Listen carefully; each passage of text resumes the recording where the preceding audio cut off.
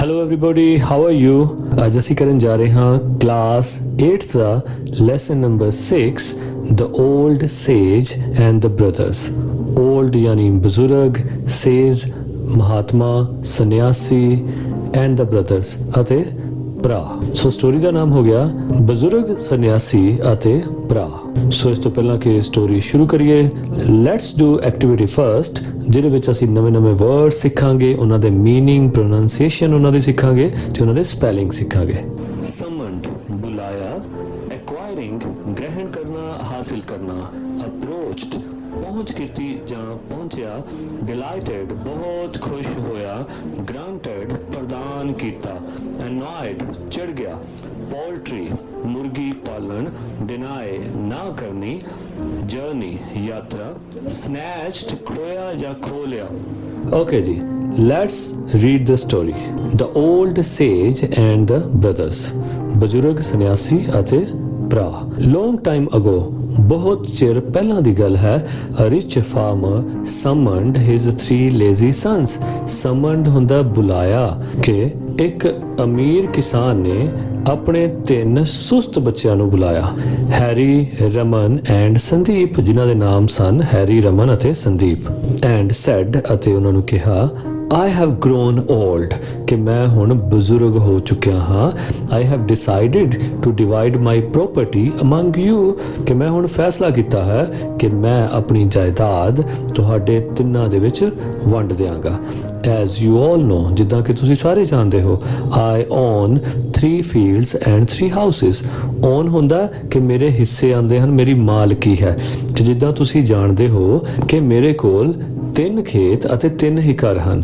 ਈਚ one of you will get a field and a house. ਤੁਹਾਡੇ ਵਿੱਚੋਂ ਹਰ ਇੱਕ ਨੂੰ ਇੱਕ ਖੇਤ ਮਿਲੇਗਾ ਤੇ ਇੱਕ ਘਰ ਮਿਲੇਗਾ। ਓਨਲੀ ਇਫ, ਉਹ ਤਾਂ ਹੀ ਮਿਲੇਗਾ ਜੇ ਤੁਸੀਂ, only if you prove that you are worth it, ਉਹ ਤੁਹਾਨੂੰ ਤਾਂ ਹੀ ਮਿਲ ਸਕੇਗਾ ਜੇ ਤੁਸੀਂ ਇਹ ਸਾਬਿਤ ਕਰੋਗੇ ਕਿ ਤੁਸੀਂ ਇਸ ਜਾਇਦਾਦ ਦੇ ਹੱਕਦਾਰ ਹੋ, ਉਸ ਜਾਇਦਾਦ ਦੇ ਪਾਤਰ ਹੋ, ਉਸ ਜਾਇਦਾਦ ਨੂੰ ਲੈਣ ਦੇ ਕਾਬਿਲ ਹੋ। ਵਰਥ ਹੁੰਦਾ ਪਾਤਰ, ਕਾਬਿਲ। The 3 sons were surprised। ਤਿੰਨੋਂ ਲੜਕੇ ਬਹੁਤ ਹੈਰਾਨ ਹੋਏ। What do you mean, father?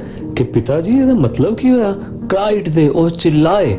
The farmer said, ਤਾਂ ਕਿਸਾਨ ਨੇ ਕਿਹਾ, these fields and houses are the fruits of my hard work। ਤਾਂ ਫਾਰਮਰ ਨੇ ਕਿਹਾ, ਇਹ ਖੇਤ ਅਤੇ ਇਹ ਘਰ, ਇਹ ਮੇਰੀ ਹਾਰਡ ਵਰਕ ਦਾ, ਮੇਰੀ ਮਿਹਨਤ ਦਾ ਹੀ ਨਤੀਜਾ ਹੈ। all the 3 of you are very lazy। ਤੁਸੀਂ ਤਿੰਨੋਂ ਹੀ ਬਹੁਤ ਸੁਸਤ ਹੋ। I want the 3 of you to find some work। ਮੈਂ ਚਾਹੁੰਦਾ ਹਾਂ ਕਿ ਤੁਸੀਂ ਤਿੰਨੋਂ ਜਣੇ ਕੋਈ ਨਾ ਕੋਈ ਕੰਮ ਲੱਭੋ। Return to me after 6 months with your earnings। ਮੇਰੇ ਕੋਲ 6 ਮਹੀਨੇ ਬਾਅਦ ਪਰਤੋ ਕੁਝ ਨਾ ਕੁਝ ਆਪਣੀ ਕਮਾਈ ਲੈ ਕੇ। I will decide, ਫਿਰ ਮੈਂ ਫੈਸਲਾ ਕਰਾਂਗਾ, if you are worthy of acquiring my hard earned property। acquiring ਹੁੰਦਾ ਪ੍ਰਾਪਤ ਕਰਨਾ, worthy ਹੁੰਦਾ ਹੱਕਦਾਰ। ਤੇ ਫਿਰ ਮੈਂ ਡਿਸਾਈਡ ਕਰਾਂਗਾ ਕਿ ਤੁਸੀਂ ਮੇਰੀ ਸਖਤ ਮਿਹਨਤ ਨਾਲ ਕਮਾਈ ਹੋਈ ਜਾਇਦਾਦ ਨੂੰ ਪ੍ਰਾਪਤ ਕਰਨ ਦੇ ਹੱਕਦਾਰ ਹੋ ਕਿ ਨਹੀਂ। The 3 brothers set out। set out ਹੁੰਦਾ ਰਵਾਨਾ ਹੋ ਗਏ। in search of work, ਕੰਮ ਦੀ ਭਾਲ ਵਿੱਚ। ਤਿੰਨੋਂ ਬ੍ਰਦਰਸ ਕੰਮ ਦੀ ਭਾਲ ਲਈ ਰਵਾਨਾ ਹੋ ਗਏ। on the way, ਰਸਤੇ ਵਿੱਚ, they sat down under a banyan tree to rest। ਉਹ ਰੈਸਟ ਕਰਨ ਲਈ ਬੋੜ ਦੇ ਦਰਖਤ ਹੇਠ ਬੈਠ ਗਏ। As they were eating, ਜਦੋਂ ਉਹ ਖਾ ਰਹੇ ਸਨ, an old sage approached them। ਇੱਕ ਬਜ਼ੁਰਗ ਸੰਨਿਆਸੀ, ਇੱਕ ਬਜ਼ੁਰਗ ਮਹਾਤਮਾ ਉਹਨਾਂ ਕੋਲ ਪਹੁੰਚਿਆ। I am very hungry। ਮੈਂ ਬਹੁਤ ਭੁੱਖਾ ਹਾਂ। Could you give me something to eat? said he। ਤਾਂ ਉਸ ਮਹਾਤਮਾ ਨੇ ਕਿਹਾ, ਕੀ ਤੁਸੀਂ ਮੈਨੂੰ ਕੁਝ ਖਾਣ ਨੂੰ ਦਿਓਗੇ? Harry offered him a chapati। Harry ਨੇ ਉਸ ਨੂੰ ਇੱਕ ਚਪਾਤੀ ਆਫਰ ਕੀਤੀ, ਭਾਵ ਦਿੱਤੀ। The sage ate it happily। ਉਸ ਮਹਾਤਮਾ ਨੇ ਇਸ ਨੂੰ ਖੁਸ਼ੀ-ਖੁਸ਼ੀ ਖਾ ਲਿਆ। and said, ਅਤੇ ਕਿਹਾ, God bless you son, ਕਿ ਰੱਬ ਤੇਰੇ ਤੇ ਮਿਹਰ ਕਰੇ ਬੇਟੇ। here is a gift for you। ਇਹ ਹੈ ਤੇਰੇ ਵਾਸਤੇ ਇੱਕ gift. Harry was delighted। Harry ਬਹੁਤ ਖੁਸ਼ ਸੀ। The sage gave him a piece of cloth। ਉਸ ਮਹਾਤਮਾ ਨੇ ਉਸ ਨੂੰ ਇੱਕ ਕੱਪੜੇ ਦਾ ਟੁਕੜਾ ਦਿੱਤਾ। Harry was annoyed। Harry ਬੜਾ ਚਿੜ ਗਿਆ। What is this? Are you kidding me? ਇਹ ਕੀ ਹੈ, ਕੀ ਤੂੰ ਮੇਰੇ ਨਾਲ ਮਜ਼ਾਕ ਕਰ ਰਿਹਾ ਹੈ। ਦ ਸੇਜ ਸਮਾਈਲਡ ਐਂਡ ਸੈਡ, ਮਹਾਤਮਾ ਜੀ ਮੁਸਕਰਾਏ ਅਤੇ ਉਹਨਾਂ ਨੇ ਕਿਹਾ, ਇਟਸ ਅ ਮੈਜਿਕ ਕਲੋਥ, ਇਹ ਜਾਦੂਈ ਕਪੜਾ ਹੈ। ਇਟ ਵਿਲ ਗ੍ਰਾਂਟ ਯੂ 2 ਵਿਸ਼ੇਸ, ਆਸਕ ਨਾਓ, ਇਹ ਤੇਰੀਆਂ 2 ਇੱਛਾਵਾਂ ਪੂਰੀਆਂ ਕਰੇਗਾ, ਇਸ ਕੋਲ ਹੁਣੇ ਮੰਗ ਲੈ। ਹੈਰੀ ਵਾਜ਼ ਓਵਰਜॉयड, ਹੈਰੀ ਬਹੁਤ ਖੁਸ਼ ਹੋ ਗਿਆ ਸੀ ਤੇ ਉਹਨੇ ਉਸ ਖੁਸ਼ੀ ਦੇ ਵਿੱਚ ਹੀ ਕਿਹਾ, I want a big house, ਮੈਨੂੰ ਇੱਕ ਵੱਡਾ ਘਰ ਚਾਹੀਦਾ ਹੈ। Granted, a beautiful house appeared. Granted ਹੁੰਦਾ ਕੋਈ ਮੰਗ ਦਾ ਮੰਨਿਆ ਜਾਣਾ, ਠੀਕ ਹੈ। ਗ੍ਰਾਂਟਡ ਯਾਨੀ ਉਹ ਮੰਗ ਮੰਨੀ ਗਈ। ਅ ਬਿਊਟੀਫੁਲ ਹਾਊਸ ਅਪੀਅਰਡ, ਇੱਕ ਬਹੁਤ ਸੁੰਦਰ ਹਾਊਸ ਉਹਦੇ ਸਾਹਮਣੇ ਪ੍ਰਗਟ ਹੋ ਗਿਆ, ਅਪੀਅਰਡ ਹੋ ਗਿਆ। What's your second wish, ask the old sage, ਉਸ ਬਜ਼ੁਰਗ ਸੰਨਿਆਸੀ ਨੇ ਪੁੱਛਿਆ ਕਿ ਤੇਰੀ ਦੂਸਰੀ ਇੱਛਾ ਕਿਹੜੀ ਹੈ। 10 cows, said Harry excitedly, ਤਾਂ ਹੈਰੀ ਨੇ ਬੜੀ ਉਤੇਜਨਾ 'ਚ ਆ ਕੇ ਕਿਹਾ, ਮੈਨੂੰ 10 ਗਾਵਾਂ ਚਾਹੀਦੀਆਂ ਹਨ। Granted, ਇਹ ਵੀ ਮੰਗ ਮੰਨ ਲਈ ਗਈ। 10 cows appeared out of nowhere, ਕਿ ਪਤਾ ਨਹੀਂ ਕਿਧਰੋਂ 10 ਗਾਵਾਂ ਉਹਦੇ ਸਾਹਮਣੇ appeared ਹੋ ਗਈਆਂ, ਸਾਹਮਣੇ ਪ੍ਰਗਟ ਹੋ ਗਈਆਂ। Harry's joy knew no bound, knew no bound ਦਾ ਮਤਲਬ ਹੁੰਦਾ ਕਿ ਕੋਈ ਹੱਦ ਸੀਮਾ ਨਾ ਦਿਸਣੀ, ਕਿ ਹੈਰੀ ਦੀ ਖੁਸ਼ੀ ਦੀ ਕੋਈ ਸੀਮਾ ਨਹੀਂ ਸੀ। ਬਾਉਂਡ ਹੁੰਦੀ ਹੈ ਸੀਮਾ। ਦੈਨ ਦ ਓਲਡ ਸੇਜ ਸੈਡ, ਤਾਂ ਉਸ ਬਜ਼ੁਰਗ ਸੰਨਿਆਸੀ ਨੇ ਕਿਹਾ, ਪ੍ਰੋਮਿਸ ਮੀ, ਮੈਨੂੰ ਪ੍ਰੋਮਿਸ ਕਰ, ਦੈਟ ਕਿ if ever a poor man asks you for a cup of milk, you will not deny him, ਕਿ ਤੂੰ ਮੈਨੂੰ ਪ੍ਰੋਮਿਸ ਕਰ, ਜੇ ਤੇਰੇ ਕੋਲ ਕਦੀ ਵੀ ਕੋਈ ਗਰੀਬ ਵਿਅਕਤੀ ਦੁੱਧ ਦਾ ਕੱਪ ਮੰਗੇ ਤੂੰ ਉਸਨੂੰ ਕਦੀ ਵੀ ਮਨਾ ਨਹੀਂ ਕਰੇਗਾ, ਡਿਨਾਈ ਨਹੀਂ ਕਰੇਗਾ। It's a gentleman promise, said the lad, lad ਹੁੰਦਾ ਲੜਕਾ यानी हैरी। सो उस लड़के ने कहा, ये मेरा जेंटलमैन प्रॉमिस है पा, पक्का प्रॉमिस है, जिसको हिंदी में बोलते हैं कि मर्दों वाली बात है ना, उन्होंने इंग्लिश के अंदर ना gentleman's promise. And whatsoever he wishes for milk, butter, curd, sweets, कि मैं सिर्फ उसनों मिल्क का कप ही नहीं दांगा, बल्कि जो मर्जी मंग लवे, चाहे वो दुध मंगे, चाहे मक्खन मंगे, दही मंगे, चाहे कोई मिठाई तक मंग लवे, आई विल नेवर डिनाई, मैं कभी भी ना नहीं करांगा। द ओल्ड सेज स्माइल्ड, बुजुर्ग सन्यासी मुस्कुराया। Do not break your promise, अपना प्रोमिस तोड़ी ना। I will not, assured Harry, ਤਾਂ ਹੈਰੀ ਨੇ ਐਸ਼ੋਰੈਂਸ ਦਵਾਈ, ਭਰੋਸਾ ਦਵਾਇਆ ਕਿ ਮੈਂ ਨਹੀਂ ਤੋੜਾਂਗਾ। The other 2 brothers continued on their way with the old sage, ਤਾਂ ਦੂਜੇ 2 brothers ਉਸ ਬਜ਼ੁਰਗ ਸੰਨਿਆਸੀ ਦੇ ਨਾਲ ਆਪਣੇ ਆਪਣੇ ਰਸਤੇ ਚੱਲਦੇ ਰਹੇ। they went on till they came to a stream, stream ਹੁੰਦੀ ਹੈ ਨਹਿਰ, ਨਦੀ। ਉਹ ਤਦ ਤੱਕ ਚੱਲਦੇ ਰਹੇ ਜਦ ਤੱਕ ਉਹਨਾਂ ਦੇ ਸਾਹਮਣੇ ਇੱਕ ਸਟਰੀਮ ਨਹੀਂ ਆ ਗਈ, ਨਦੀ ਨਹੀਂ ਆ ਗਈ। the old sage looked sad and worried, ਉਹ ਬਜ਼ੁਰਗ ਸੰਨਿਆਸੀ ਬੜਾ ਉਦਾਸ ਅਤੇ ਚਿੰਤਿਤ ਦਿਖਿਆ। oh there is no boat, उसने कहा, ओ इत्थे तां कोई किश्ती नहीं है। How will I cross the stream, मैं यह नदी किद्दां पार करांगा। रमन सैड वेरी काइंडली, तां रमन ने बड़ी दयालता नाल कहा, don't worry, I will help you, कि तू चिंता ना कर, मैं तेरी मदद करांगा। I will carry you on my back, मैं तेनू अपनी पिठ ते बिठा के ਲੈ ਜਾਵਾਂਗਾ। After crossing the river, river cross ਕਰਨ ਤੋਂ ਬਾਅਦ the 3 of them sat down for some rest, ਉਹ ਤਿੰਨੋਂ ਜਣੇ ਉੱਥੇ ਰੁਕ ਗਏ ਕੁਝ ਆਰਾਮ ਕਰਨ ਲਈ। the sage thanked Raman and said, Mahatma ਨੇ ਰਮਨ ਦਾ ਥੈਂਕਸ ਕੀਤਾ ਅਤੇ ਉਸਨੂੰ ਕਿਹਾ, God bless you son, here is a gift for you, ਕਿ ਰੱਬ ਤੇਰੇ ਤੇ ਮਿਹਰ ਕਰੇ ਬੇਟੇ, ਇਹ ਤੇਰੇ ਲਈ ਇੱਕ ਗਿਫਟ ਹੈ। ਰਮਨ was delighted, delighted ਹੁੰਦਾ ਬਹੁਤ ਜ਼ਿਆਦਾ ਖੁਸ਼, ਰਮਨ ਬਹੁਤ ਜ਼ਿਆਦਾ ਖੁਸ਼ ਹੋਇਆ। the sage gave him a piece of stick, ਉਸ ਮਹਾਤਮਾ ਨੇ ਰਮਨ ਨੂੰ ਇੱਕ ਸੋਟੀ ਦਾ ਟੁਕੜਾ ਦਿੱਤਾ। ਰਮਨ was surprised, ਰਮਨ ਬਹੁਤ ਸਰਪ੍ਰਾਈਜ਼ਡ ਹੋਇਆ, ਹੈਰਾਨ ਹੋਇਆ। what is this, ਇਹ ਕੀ ਹੈ? it's a magic stick, it will grant you 2 wishes, ask now, ਇਹ ਇੱਕ ਮੈਜਿਕ ਸਟਿਕ ਹੈ, ਜਾਦੂਈ ਛੜੀ ਹੈ ਜਿਹੜੀ ਕਿ ਤੇਰੀਆਂ 2 ਇੱਛਾਵਾਂ ਦੀ ਪੂਰਤੀ ਕਰੇਗੀ, ਤੂੰ ਹੁਣੇ ਹੀ ਮੰਗ। ਰਮਨ was delighted, ਰਮਨ ਬਹੁਤ ਖੁਸ਼ ਸੀ। he said, I want a big house, ਮੈਨੂੰ ਇੱਕ ਵੱਡਾ ਘਰ ਚਾਹੀਦਾ ਹੈ। granted, ਮੰਗ ਮੰਨੀ ਗਈ। ਅ ਬਿਊਟੀਫੁਲ ਹਾਊਸ ਅਪੀਅਰਡ, ਇੱਕ ਬਹੁਤ ਸੁੰਦਰ ਘਰ ਸਾਹਮਣੇ ਪ੍ਰਗਟ ਹੋ ਗਿਆ। What's your second wish added the sage, ਤੇਰੀ ਦੂਜੀ ਵਿਸ਼ ਕੀ ਹੈ? ਸੇਜ ਨੇ ਅੱਗੇ ਗੱਲ ਜੋੜੀ।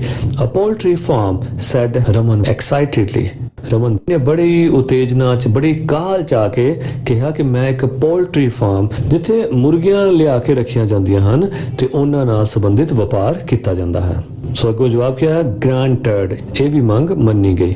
A poultry farm appeared out of nowhere, nowhere ਹੁੰਦਾ ਕਿ ਪਤਾ ਨਹੀਂ ਕਿੱਥੋਂ, ਕਿ ਇੱਕ ਪੋਲਟਰੀ ਫਾਰਮ ਉਸੇ ਵੇਲੇ ਪਤਾ ਨਹੀਂ ਕਿੱਥੋਂ ਉੱਥੇ ਅਪੀਅਰਡ ਹੋ ਗਿਆ, ਪ੍ਰਗਟ ਹੋ ਗਿਆ। ਰਮਨਸ ਜॉय ਨਿਊ ਨੋ ਬਾਉਂਡ, ਰਮਨ ਦੀ ਖੁਸ਼ੀ ਦੀ ਕੋਈ ਸੀਮਾ ਨਹੀਂ ਸੀ। ਦੈਨ ਦ ਓਲਡ ਸੇਜ ਸੈਡ, ਤਾਂ ਉਸ ਬਜ਼ੁਰਗ ਸੰਨਿਆਸੀ ਨੇ ਕਿਹਾ, ਪ੍ਰੋਮਿਸ ਮੀ, ਮੈਨੂੰ ਵਾਅਦਾ ਕਰ, that if ever a poor man asks you for an egg, ਕਿ ਜੇ ਕਦੀ ਵੀ ਕੋਈ ਗਰੀਬ ਵਿਅਕਤੀ ਤੇਰੇ ਕੋਲ ਇੱਕ ਅੰਡੇ ਦੀ ਮੰਗ ਕਰੇ, you will not deny him, ਤਾਂ ਤੂੰ ਕਦੀ ਵੀ ਉਸ ਨੂੰ ਮਨਾ ਨਹੀਂ ਕਰੇਗਾ। It's a gentleman's promise, said the lad, ਤਾਂ ਉਸ ਲੜਕੇ ਨੇ ਵੀ ਕਿਹਾ ਕਿ ਹਾਂ ਇਹ ਮੇਰਾ gentleman promise ਹੈ, ਇਹ ਮੇਰੀ ਮਰਦੋਂ ਵਾਲੀ ਬਾਤ ਹੈ। And whatsoever he wishes for egg, ਅਤੇ ਉਹ ਚਾਹੇ ਕੁਝ ਵੀ ਮੰਗ ਲੇ, ਚਾਹੇ ਉਹ ਐਗ ਮੰਗੇ, ਚਾਹੇ ਆਮਲੇਟ ਮੰਗੇ, ਚਾਹੇ ਉਹ ਐਗ ਪੁਡਿੰਗ ਭਾਵ ਐਗ ਦੀ ਭੁਰਜੀ ਮੰਗ ਲਵੇ, ਮੈਂ ਕਦੀ ਵੀ ਨਾ ਨਹੀਂ ਕਰਾਂਗਾ। I will never deny, the old sage smiled, ਤਾਂ ਬਜ਼ੁਰਗ ਸੰਨਿਆਸੀ ਮੁਸਕਰਾਇਆ। Do not break your promise, ਤੂੰ ਆਪਣਾ ਪ੍ਰੋਮਿਸ ਤੋੜੀ ਨਾ। I will not, said Raman confidently, confidently ਹੁੰਦਾ ਪੱਕੇ ਇਰਾਦੇ ਨਾਲ, ਪੂਰੇ ਵਿਸ਼ਵਾਸ ਦੇ ਨਾਲ। ਤਾਂ ਰਮਨ ਨੇ ਪੂਰੇ ਵਿਸ਼ਵਾਸ ਦੇ ਨਾਲ ਕਿਹਾ ਕਿ ਮੈਂ ਕਦੀ ਨਹੀਂ ਤੋੜਾਂਗਾ। Sandeep moved on with the old sage, ਹੁਣ ਦੋਨੋਂ ਬ੍ਰਦਰ ਹੈਰੀ ਤੇ ਰਮਨ ਉਹ ਆਪਣੇ ਆਪਣੇ ਘਰਾਂ 'ਚ ਤੇ ਪੋਲਟਰੀ ਫਾਰਮ ਦੇ ਨਾਲ ਰਹਿਣ ਲੱਗੇ। ਹੁਣ ਸੰਦੀਪ ਜੋ ਤੀਸਰਾ ਬ੍ਰਦਰ ਸੀ ਉਹ ਉਸ ਓਲਡ ਸੇਜ ਦੇ ਨਾਲ ਮੂਵ ਕਰਦਾ ਰਿਹਾ। when they came to a desert, ਜਦੋਂ ਉਹ ਇੱਕ ਰੇਗਿਸਤਾਨ ਦੇ ਕੋਲ ਪਹੁੰਚੇ, they sat down for some rest, ਉਹ ਕੁਝ ਰੈਸਟ ਕਰਨ ਲਈ ਬੈਠ ਗਏ। The old sage said to Sandeep, I know you are very tired, but I'm very thirsty. Please get me some water. ਤਾਂ ਉਸ ਬਜ਼ੁਰਗ ਸੰਨਿਆਸੀ ਨੇ ਸੰਦੀਪ ਨੂੰ ਕਿਹਾ ਕਿ ਮੈਨੂੰ ਪਤਾ ਹੈ ਯਾਰ ਤੂੰ ਬਹੁਤ ਥੱਕ ਗਿਆ, ਪਰ ਮੈਂ ਬਹੁਤ ਪਿਆਸਾ ਹਾਂ, ਪਲੀਜ਼ ਕਿਰਪਾ ਕਰਕੇ ਮੇਰੇ ਲਈ ਪਾਣੀ ਲੈ ਆਓ। Don't worry, please rest here. ਤਾਂ ਸੰਦੀਪ ਨੇ ਕਿਹਾ ਵੀ ਚਿੰਤਾ ਨਾ ਕਰੋ, ਤੁਸੀਂ ਇੱਥੇ ਆਰਾਮ ਕਰੋ। I'll find some water for you, ਤਾਂ ਮੈਂ ਤੁਹਾਡੇ ਲਈ ਥੋੜਾ ਪਾਣੀ ਲੈ ਕੇ ਆਵਾਂਗਾ। ਸੰਦੀਪ set out, ਸੰਦੀਪ ਰਵਾਨਾ ਹੋ ਗਿਆ to find water for the old man, ਉਸ ਬਜ਼ੁਰਗ ਵਿਅਕਤੀ ਲਈ ਪਾਣੀ ਨੂੰ ਲੱਭਣ ਲਈ। He returned after an hour with some water, ਉਹ 1 ਘੰਟੇ ਬਾਅਦ ਕੁਝ ਪਾਣੀ ਲੈ ਕੇ ਪਰਤਿਆ। The old sage drank the water, ਬਜ਼ੁਰਗ ਸੰਨਿਆਸੀ ਨੇ ਪਾਣੀ ਨੂੰ ਪੀਤਾ and blessed ਸੰਦੀਪ, ਅਤੇ ਸੰਦੀਪ ਨੂੰ ਆਸ਼ੀਰਵਾਦ ਦਿੱਤਾ। God bless you son, here's a gift for you, ਕਿ ਪਰਮਾਤਮਾ ਤੇਰੇ ਤੇ ਮਿਹਰ ਕਰੇ ਬੇਟੇ, ਇਹ ਹੈ ਤੇਰੇ ਵਾਸਤੇ gift. Sandeep was delighted, Sandeep ਬਹੁਤ ਖੁਸ਼ ਸੀ। The sage gave him a piece of rope, ਉਸ ਮਹਾਤਮਾ ਨੇ ਸੰਦੀਪ ਨੂੰ ਇੱਕ ਰੱਸੀ ਦਾ ਟੁਕੜਾ ਦਿੱਤਾ। Sandeep became very happy, Sandeep ਬਹੁਤ ਖੁਸ਼ ਹੋਇਆ। He knew he was going to be rewarded, ਉਹਨੂੰ ਪਤਾ ਸੀ ਕਿ ਉਸ ਨੂੰ ਕੁਝ ਨਾ ਕੁਝ ਇਨਾਮ ਮਿਲਣ ਵਾਲਾ ਹੈ। The old sage smiled and said, ਬਜ਼ੁਰਗ ਸੰਨਿਆਸੀ ਮੁਸਕਰਾਇਆ ਅਤੇ ਉਸਨੇ ਕਿਹਾ, It's a magic rope, ਇਹ ਇੱਕ ਜਾਦੂਈ ਰੱਸੀ ਹੈ। It will grant you 2 wishes, ਇਹ ਤੇਰੀਆਂ 2 ਇੱਛਾਵਾਂ ਦੀ ਪੂਰਤੀ ਕਰੇਗੀ। Ask now, ਤੂੰ ਹੁਣੇ ਹੀ ਇਹਦੇ ਕੋਲ ਮੰਗ। ਸੰਦੀਪ was delighted, ਸੰਦੀਪ ਬਹੁਤ ਖੁਸ਼ ਸੀ। I want a big house, granted, ਤਾਂ ਉਸਨੇ ਵੀ ਇਹੀ ਕਿਹਾ ਕਿ ਮੈਨੂੰ ਇੱਕ ਵੱਡਾ ਘਰ ਚਾਹੀਦਾ, ਤੇ ਅੱਗੋਂ ਆਵਾਜ਼ ਆਈ granted, ਮੰਗ ਮੰਨੀ ਗਈ। A beautiful house appeared, ਤਾਂ ਇੱਕ ਬਿਊਟੀਫੁਲ ਹਾਊਸ ਉਹਦੇ ਸਾਹਮਣੇ ਪ੍ਰਗਟ ਹੋ ਗਿਆ। What's your second wish, ਤੇਰੀ ਦੂਸਰੀ ਇੱਛਾ ਕੀ ਹੈ? Added the sage, ਤਾਂ ਉਸ ਸੰਨਿਆਸੀ ਨੇ ਅੱਗੋਂ ਗੱਲ ਜੋੜਦੇ ਹੋਏ ਕਿਹਾ। A field, said Harry excitedly, ਹੁਣ ਇੱਥੇ ਹੈਰੀ ਗਲਤ ਲਿਖਿਆ ਹੋਇਆ ਕਿਉਂਕਿ ਗੱਲ ਤਾਂ ਸੰਦੀਪ ਨਾਲ ਹੋ ਰਹੀ ਹੈ, ਸੋ ਇੱਥੇ ਆਉਣਾ ਚਾਹੀਦਾ ਸੀ said ਸੰਦੀਪ excitedly, ਓਕੇ। ਸੋ ਇਹ ਸਾਰਿਆਂ ਨੇ ਨੋਟ ਕਰ ਲੈਣਾ, ਹੈਰੀ ਇੱਥੇ ਮਿਸਪ੍ਰਿੰਟ ਹੈ, said ਸੰਦੀਪ excitedly। ਤਾਂ ਸੰਦੀਪ ਨੇ ਬੜੀ ਉਤੇਜਨਾ ਦੇ ਨਾਲ, ਕਾਹਲੀ ਦੇ ਨਾਲ ਕਿਹਾ ਕਿ ਮੈਨੂੰ ਇੱਕ ਖੇਤ ਚਾਹੀਦਾ ਹੈ, ਤੇ ਅੱਗੋਂ ਕੀ ਜਵਾਬ ਆਇਆ? granted कि तेरी विश पूरी होगी। A field appeared out of nowhere कि एक खेत उत्थे हवा विचों ही प्रगट हो गया। Sandeep's Joy new no bound ਤਾਂ ਸੰਦੀਪ ਦੀ ਖੁਸ਼ੀ ਦੀ ਕੋਈ ਹੱਦ ਸੀਮਾ ਨਹੀਂ ਸੀ। Then the old sage said ਤਾਂ ਉਸ ਬਜ਼ੁਰਗ ਸੰਨਿਆਸੀ ਨੇ ਕਿਹਾ promise me ਮੈਨੂੰ ਵਾਅਦਾ ਕਰ that ਕਿ if ever a poor man asks you for something to eat ਕਿ ਜੇ ਤੇਰੇ ਕੋਲ ਕੋਈ ਵੀ ਗਰੀਬ ਵਿਅਕਤੀ ਕੁਝ ਵੀ ਖਾਣ ਨੂੰ ਕਦੇ ਵੀ ਮੰਗੇ you will not deny him ਤਾਂ ਤੂੰ ਉਸ ਨੂੰ ਕਦੇ ਵੀ ਮਨਾ ਨਹੀਂ ਕਰੇਗਾ। It's a gentleman's promise कि मेरा जेंटलमैन वाला प्रॉमिस है सेट द लैड उस लड़के ने कहा and whatsoever he wishes for अते चाहे वो कुछ भी मंग ले खान नू राइस चावल व्हीट कणक वेजिटेबल्स सब्जियां फ्रूट्स फल आई विल नेवर डिनाई मैं कभी भी ना नहीं करांगा। द ओल्ड सेज स्माइल्ड तब बुजुर्ग सन्यासी मुस्कुराया do not break your promise तू अपना प्रॉमिस तोड़ी ना। I will not promised Sandeep ने प्रॉमिस किया कि मैं कभी नहीं तोड़ांगा। The old sage set out on his journey ਤਾਂ ਬਜ਼ੁਰਗ ਸੰਨਿਆਸੀ ਆਪਣੀ ਯਾਤਰਾ ਤੇ ਅੱਗੇ ਤੁਰ ਪਿਆ। After a few days ਕੁਝ ਦਿਨਾਂ ਬਾਅਦ Sandeep decided to visit his brothers because he missed them ਤਾਂ ਜੋ ਸਭ ਤੋਂ ਅਖੀਰ ਤੇ ਲੜਕਾ ਜਿਸ ਨੂੰ ਸਭ ਤੋਂ ਅਖੀਰ ਤੇ ਘਰ ਮਿਲਿਆ ਸੀ ਉਹ ਆਪਣੇ ਬ੍ਰਦਰਸ ਕੋਲ ਗਿਆ ਕਿਉਂਕਿ ਉਹ ਉਹਨਾਂ ਨੂੰ ਯਾਦ ਕਰਦਾ ਪਿਆ ਸੀ। The houses, the cows, the poultry farm and his brothers seemed to have vanished ਤਾਂ ਉਸ ਮਹਾਤਮਾ ਵੱਲੋਂ ਮਿਲੇ ਹੋਏ ਘਰ ਗਾਵਾਂ ਪੋਲਟਰੀ ਫਾਰਮ ਅਤੇ ਉਸਦੇ ਬ੍ਰਦਰਸ ਇਦਾਂ ਲੱਗਿਆ ਜਿੱਦਾਂ ਉਹ ਉੱਥੋਂ ਗਾਇਬ ਹੋ ਚੁੱਕੇ ਹੋਣ ਉੱਥੇ ਉਹ ਨਹੀਂ ਸਨ। ਹੀ ਕੁਡ ਨੋਟ ਫਾਈਂਡ them ਉਹ ਉਹਨਾਂ ਨੂੰ ਲੱਭ ਨਹੀਂ ਸਕਿਆ। As he stood and wondered ਕਿ ਜਦੋਂ ਉਹ ਹੈਰਾਨੀ ਦੇ ਨਾਲ ਭਰਿਆ ਹੋਇਆ ਖੜਾ ਹੋਇਆ ਸੀ he saw the sage coming towards him ਉਸਨੇ ਦੇਖਿਆ ਕਿ ਉਹ ਮਹਾਤਮਾ ਉਸ ਵੱਲ ਆ ਰਿਹਾ ਸੀ। The sage said to him ਉਸ ਮਹਾਤਮਾ ਨੇ ਸੰਦੀਪ ਨੂੰ ਕਿਹਾ your brothers did not keep their promise ਕਿ ਤੇਰੇ ਭਰਾਵਾਂ ਨੇ ਆਪਣਾ ਵਾਅਦਾ ਪੂਰਾ ਨਹੀਂ ਕੀਤਾ। They did not help the poor and the needy ਉਹਨਾਂ ਨੇ ਗਰੀਬ ਅਤੇ ਲੋੜਵੰਦਾਂ ਦੀ ਹੈਲਪ ਨਹੀਂ ਕੀਤੀ। So whatever was given to them was snatched away snatched ਤੋਂ ਭਾਵ ਹੁੰਦਾ ਖੋਹ ਲਿਆ ਗਿਆ। So ਜੋ ਕੁਝ ਵੀ ਉਹਨਾਂ ਨੂੰ ਦਿੱਤਾ ਸੀ ਉਹ ਸਭ ਖੋਹ ਲਿਆ ਗਿਆ। You are as good as your word ਪਰ तेरी ਦਿੱਤੀ ਹੋਈ ਜ਼ੁਬਾਨ ਵੀ ਤੇਰੇ ਵਾਂਗ ਬਹੁਤ ਅੱਛੀ ਹੈ ਭਾਵ ਤੂੰ ਆਪਣਾ ਵਾਅਦਾ ਪੂਰਾ ਕੀਤਾ ਹੈ। So you will enjoy as long as you remember your promise ਸੋ ਇਸ ਤਰ੍ਹਾਂ ਜੋ ਤੇਰੀਆਂ ਵਿਸ਼ੇਸ ਪੂਰੀਆਂ ਹੋਈਆਂ ਹਨ ਉਹਨਾਂ ਵਿਸ਼ੇਸ ਨੂੰ ਤੂੰ ਉਦੋਂ ਤੱਕ ਇੰਜੋਏ ਕਰ ਸਕਦਾ ਹੈ ਜਦ ਤੱਕ ਤੂੰ ਆਪਣਾ ਪ੍ਰੋਮਿਸ ਨਿਭਾਉਂਦਾ ਰਹੇਗਾ। ਸੋ ਇਸ ਸਟੋਰੀ ਇੱਕ ਚੀਜ਼ ਮੈਨੂੰ ਜ਼ਰੂਰ ਦੱਸਣਾ ਕਿ ਮੈਂ ਤਾਂ ਬਹੁਤ ਐਕਸਾਈਟਿਡ ਸੀ ਕਿ ਪਤਾ ਨਹੀਂ ਹੁਣ ਐਂਡ ਵਿੱਚ ਕੀ ਹੋਏਗਾ ਪਰ ਐਂਡ ਇੱਕਦਮ ਹੀ ਆ ਗਿਆ। ਇਹਦੀ ਐਂਡਿੰਗ ਇੰਨੀ ਅਬਰਪਟ ਹੋਈ ਇੱਕਦਮ ਹੀ ਹੋ ਗਈ ਕਾਲੀ ਕਾਲੀ ਚ ਹੋ ਗਈ ਕਿ ਜੋ ਐਕਸਾਈਟਮੈਂਟ ਪੂਰੀ ਸਟੋਰੀ ਵਿੱਚ ਪੜੀ ਹੋਈ ਸੀ ਅਖੀਰ ਤੇ ਆ ਕੇ ਉਹ ਐਕਸਾਈਟਮੈਂਟ ਉਸ ਤਰ੍ਹਾਂ ਸ਼ਾਂਤ ਨਹੀਂ ਹੋਈ ਜਿਸ ਤਰ੍ਹਾਂ ਇਹਦਾ ਐਂਡਿੰਗ ਵਾਲਾ ਪਾਰਟ ਹੋਣਾ ਚਾਹੀਦਾ ਸੀ। ਸੋ ਆਪਣੇ ਆਪਣੇ ਵਿਚਾਰ ਜ਼ਰੂਰ ਦੇਣਾ। ਹਾਂ ਆਪਾਂ ਨੂੰ ਸਿੱਖਣ ਨੂੰ ਬਹੁਤ ਕੁਝ ਮਿਲਿਆ ਨਵੇਂ ਨਵੇਂ ਵਰਡ ਸਿੱਖਣ ਨੂੰ ਮਿਲ ਗਏ ਜੋ ਕਿ ਇਸ ਬੁੱਕ ਦਾ ਤੇ ਇਸ ਕਹਾਣੀ ਦਾ ਮੁੱਖ ਉਦੇਸ਼ ਹੈ। ਨਵੇਂ ਨਵੇਂ ਪੈਟਰਨਸ ਭਾਸ਼ਾ ਦੇ ਉਹ ਸਿੱਖਣ ਨੂੰ ਮਿਲ ਗਏ। ਓਕੇ ਤੇ ਤੁਸੀਂ ਆਪਣੇ ਆਪਣੇ ਵਿਚਾਰ ਜ਼ਰੂਰ ਦੇਣਾ ਕਿ ਸਟੋਰੀ ਵਿੱਚ ਸਭ ਤੋਂ ਚੰਗੀ ਗੱਲ ਕਿਹੜੀ ਲੱਗੀ ਤੇ ਉਹ ਗੱਲ ਜਿਸ ਨੇ ਤੁਹਾਨੂੰ ਨਿਰਾਸ਼ ਕੀਤਾ ਹੋਵੇ ਉਸ ਬਾਰੇ ਵੀ ਜ਼ਰੂਰ ਸਾਨੂੰ ਕਮੈਂਟ ਬਾਕਸ ਵਿੱਚ ਦੱਸਣਾ। ਅਸੀਂ ਅੱਜ ਕਰਨ ਜਾ ਰਹੇ ਹਾਂ ਵਰਬਸ। ਸੋ ਵਰਬਸ ਦੋ ਤਰ੍ਹਾਂ ਦੇ ਹੁੰਦੇ ਹਨ। There are two forms of main verbs in English. So ਜਿਹੜੇ ਮੇਨ ਵਰਬਸ ਹੁੰਦੇ ਹਨ ਉਹ ਦੋ ਤਰ੍ਹਾਂ ਦੇ ਹੁੰਦੇ ਹਨ। There are two forms of main verbs in English ਕਿਹੜੇ ਕਿਹੜੇ? ਫਸਟ ਹੈ ਦ ਫਾਈਨਾਈਟ ਵਰਬਸ ਦੂਸਰਾ ਹੈ ਦ ਨੋਨ ਫਾਈਨਾਈਟ ਵਰਬਸ। ਹੁਣ ਆਪਾਂ ਦੇਖਦੇ ਹਾਂ ਫਾਈਨਾਈਟ ਕਿਹੜੇ ਹੁੰਦੇ ਹਨ ਤੇ ਨੋਨ ਫਾਈਨਾਈਟ ਕਿਹੜੇ ਹੁੰਦੇ ਹਨ। ਸਭ ਤੋਂ ਪਹਿਲਾਂ ਫਾਈਨਾਈਟ ਦੇਖਦੇ ਹਾਂ। ਫਾਈਨਾਈਟ ਉਹ ਹੁੰਦੇ ਹਨ ਜਿਹੜੇ ਕਿ ਚੇਂਜ ਹੁੰਦੇ ਰਹਿੰਦੇ ਹਨ। ਜਿਸ ਤਰ੍ਹਾਂ ਜੇ ਵਾਕ ਦੇ ਵਿੱਚ ਆਈ ਵੀ ਯੂ ਸ਼ੀ ਹੀ ਦੇ ਇਟ ਇਹੋ ਜਿਹੇ ਪ੍ਰੋਨਾਊਨਸ ਜਾਂ ਕੋਈ ਨਾਊਨ ਲੱਗਿਆ ਹੈ ਤਾਂ ਉਹਦੇ ਨਾਲ ਇਹ ਵਰਬ ਚੇਂਜ ਹੋ ਜਾਂਦਾ ਹੈ। ਈਵਨ ਸਿੰਗੂਲਰ ਪਲੂਰਲਸ ਇੱਕ ਵਚਨ ਬਹੁਵਚਨ ਦੇ ਨਾਲ ਵੀ ਇਹੋ ਜਿਹੇ ਵਰਬ ਚੇਂਜ ਹੋ ਜਾਂਦੇ ਹਨ, ਉਹਨਾਂ ਨੂੰ ਅਸੀਂ ਕਹਿੰਦੇ ਹਾਂ ਫਾਈਨਾਈਟ ਵਰਬਸ। ਸੋ ਆਪਾਂ ਕੁਝ ਐਗਜ਼ਾਮਪਲਸ ਦੇਖਦੇ ਹਾਂ ਉਹਦੇ 'ਚ ਤੁਹਾਨੂੰ ਪੂਰਾ ਕਲੀਅਰ ਹੋ ਜਾਏਗਾ। Let's start.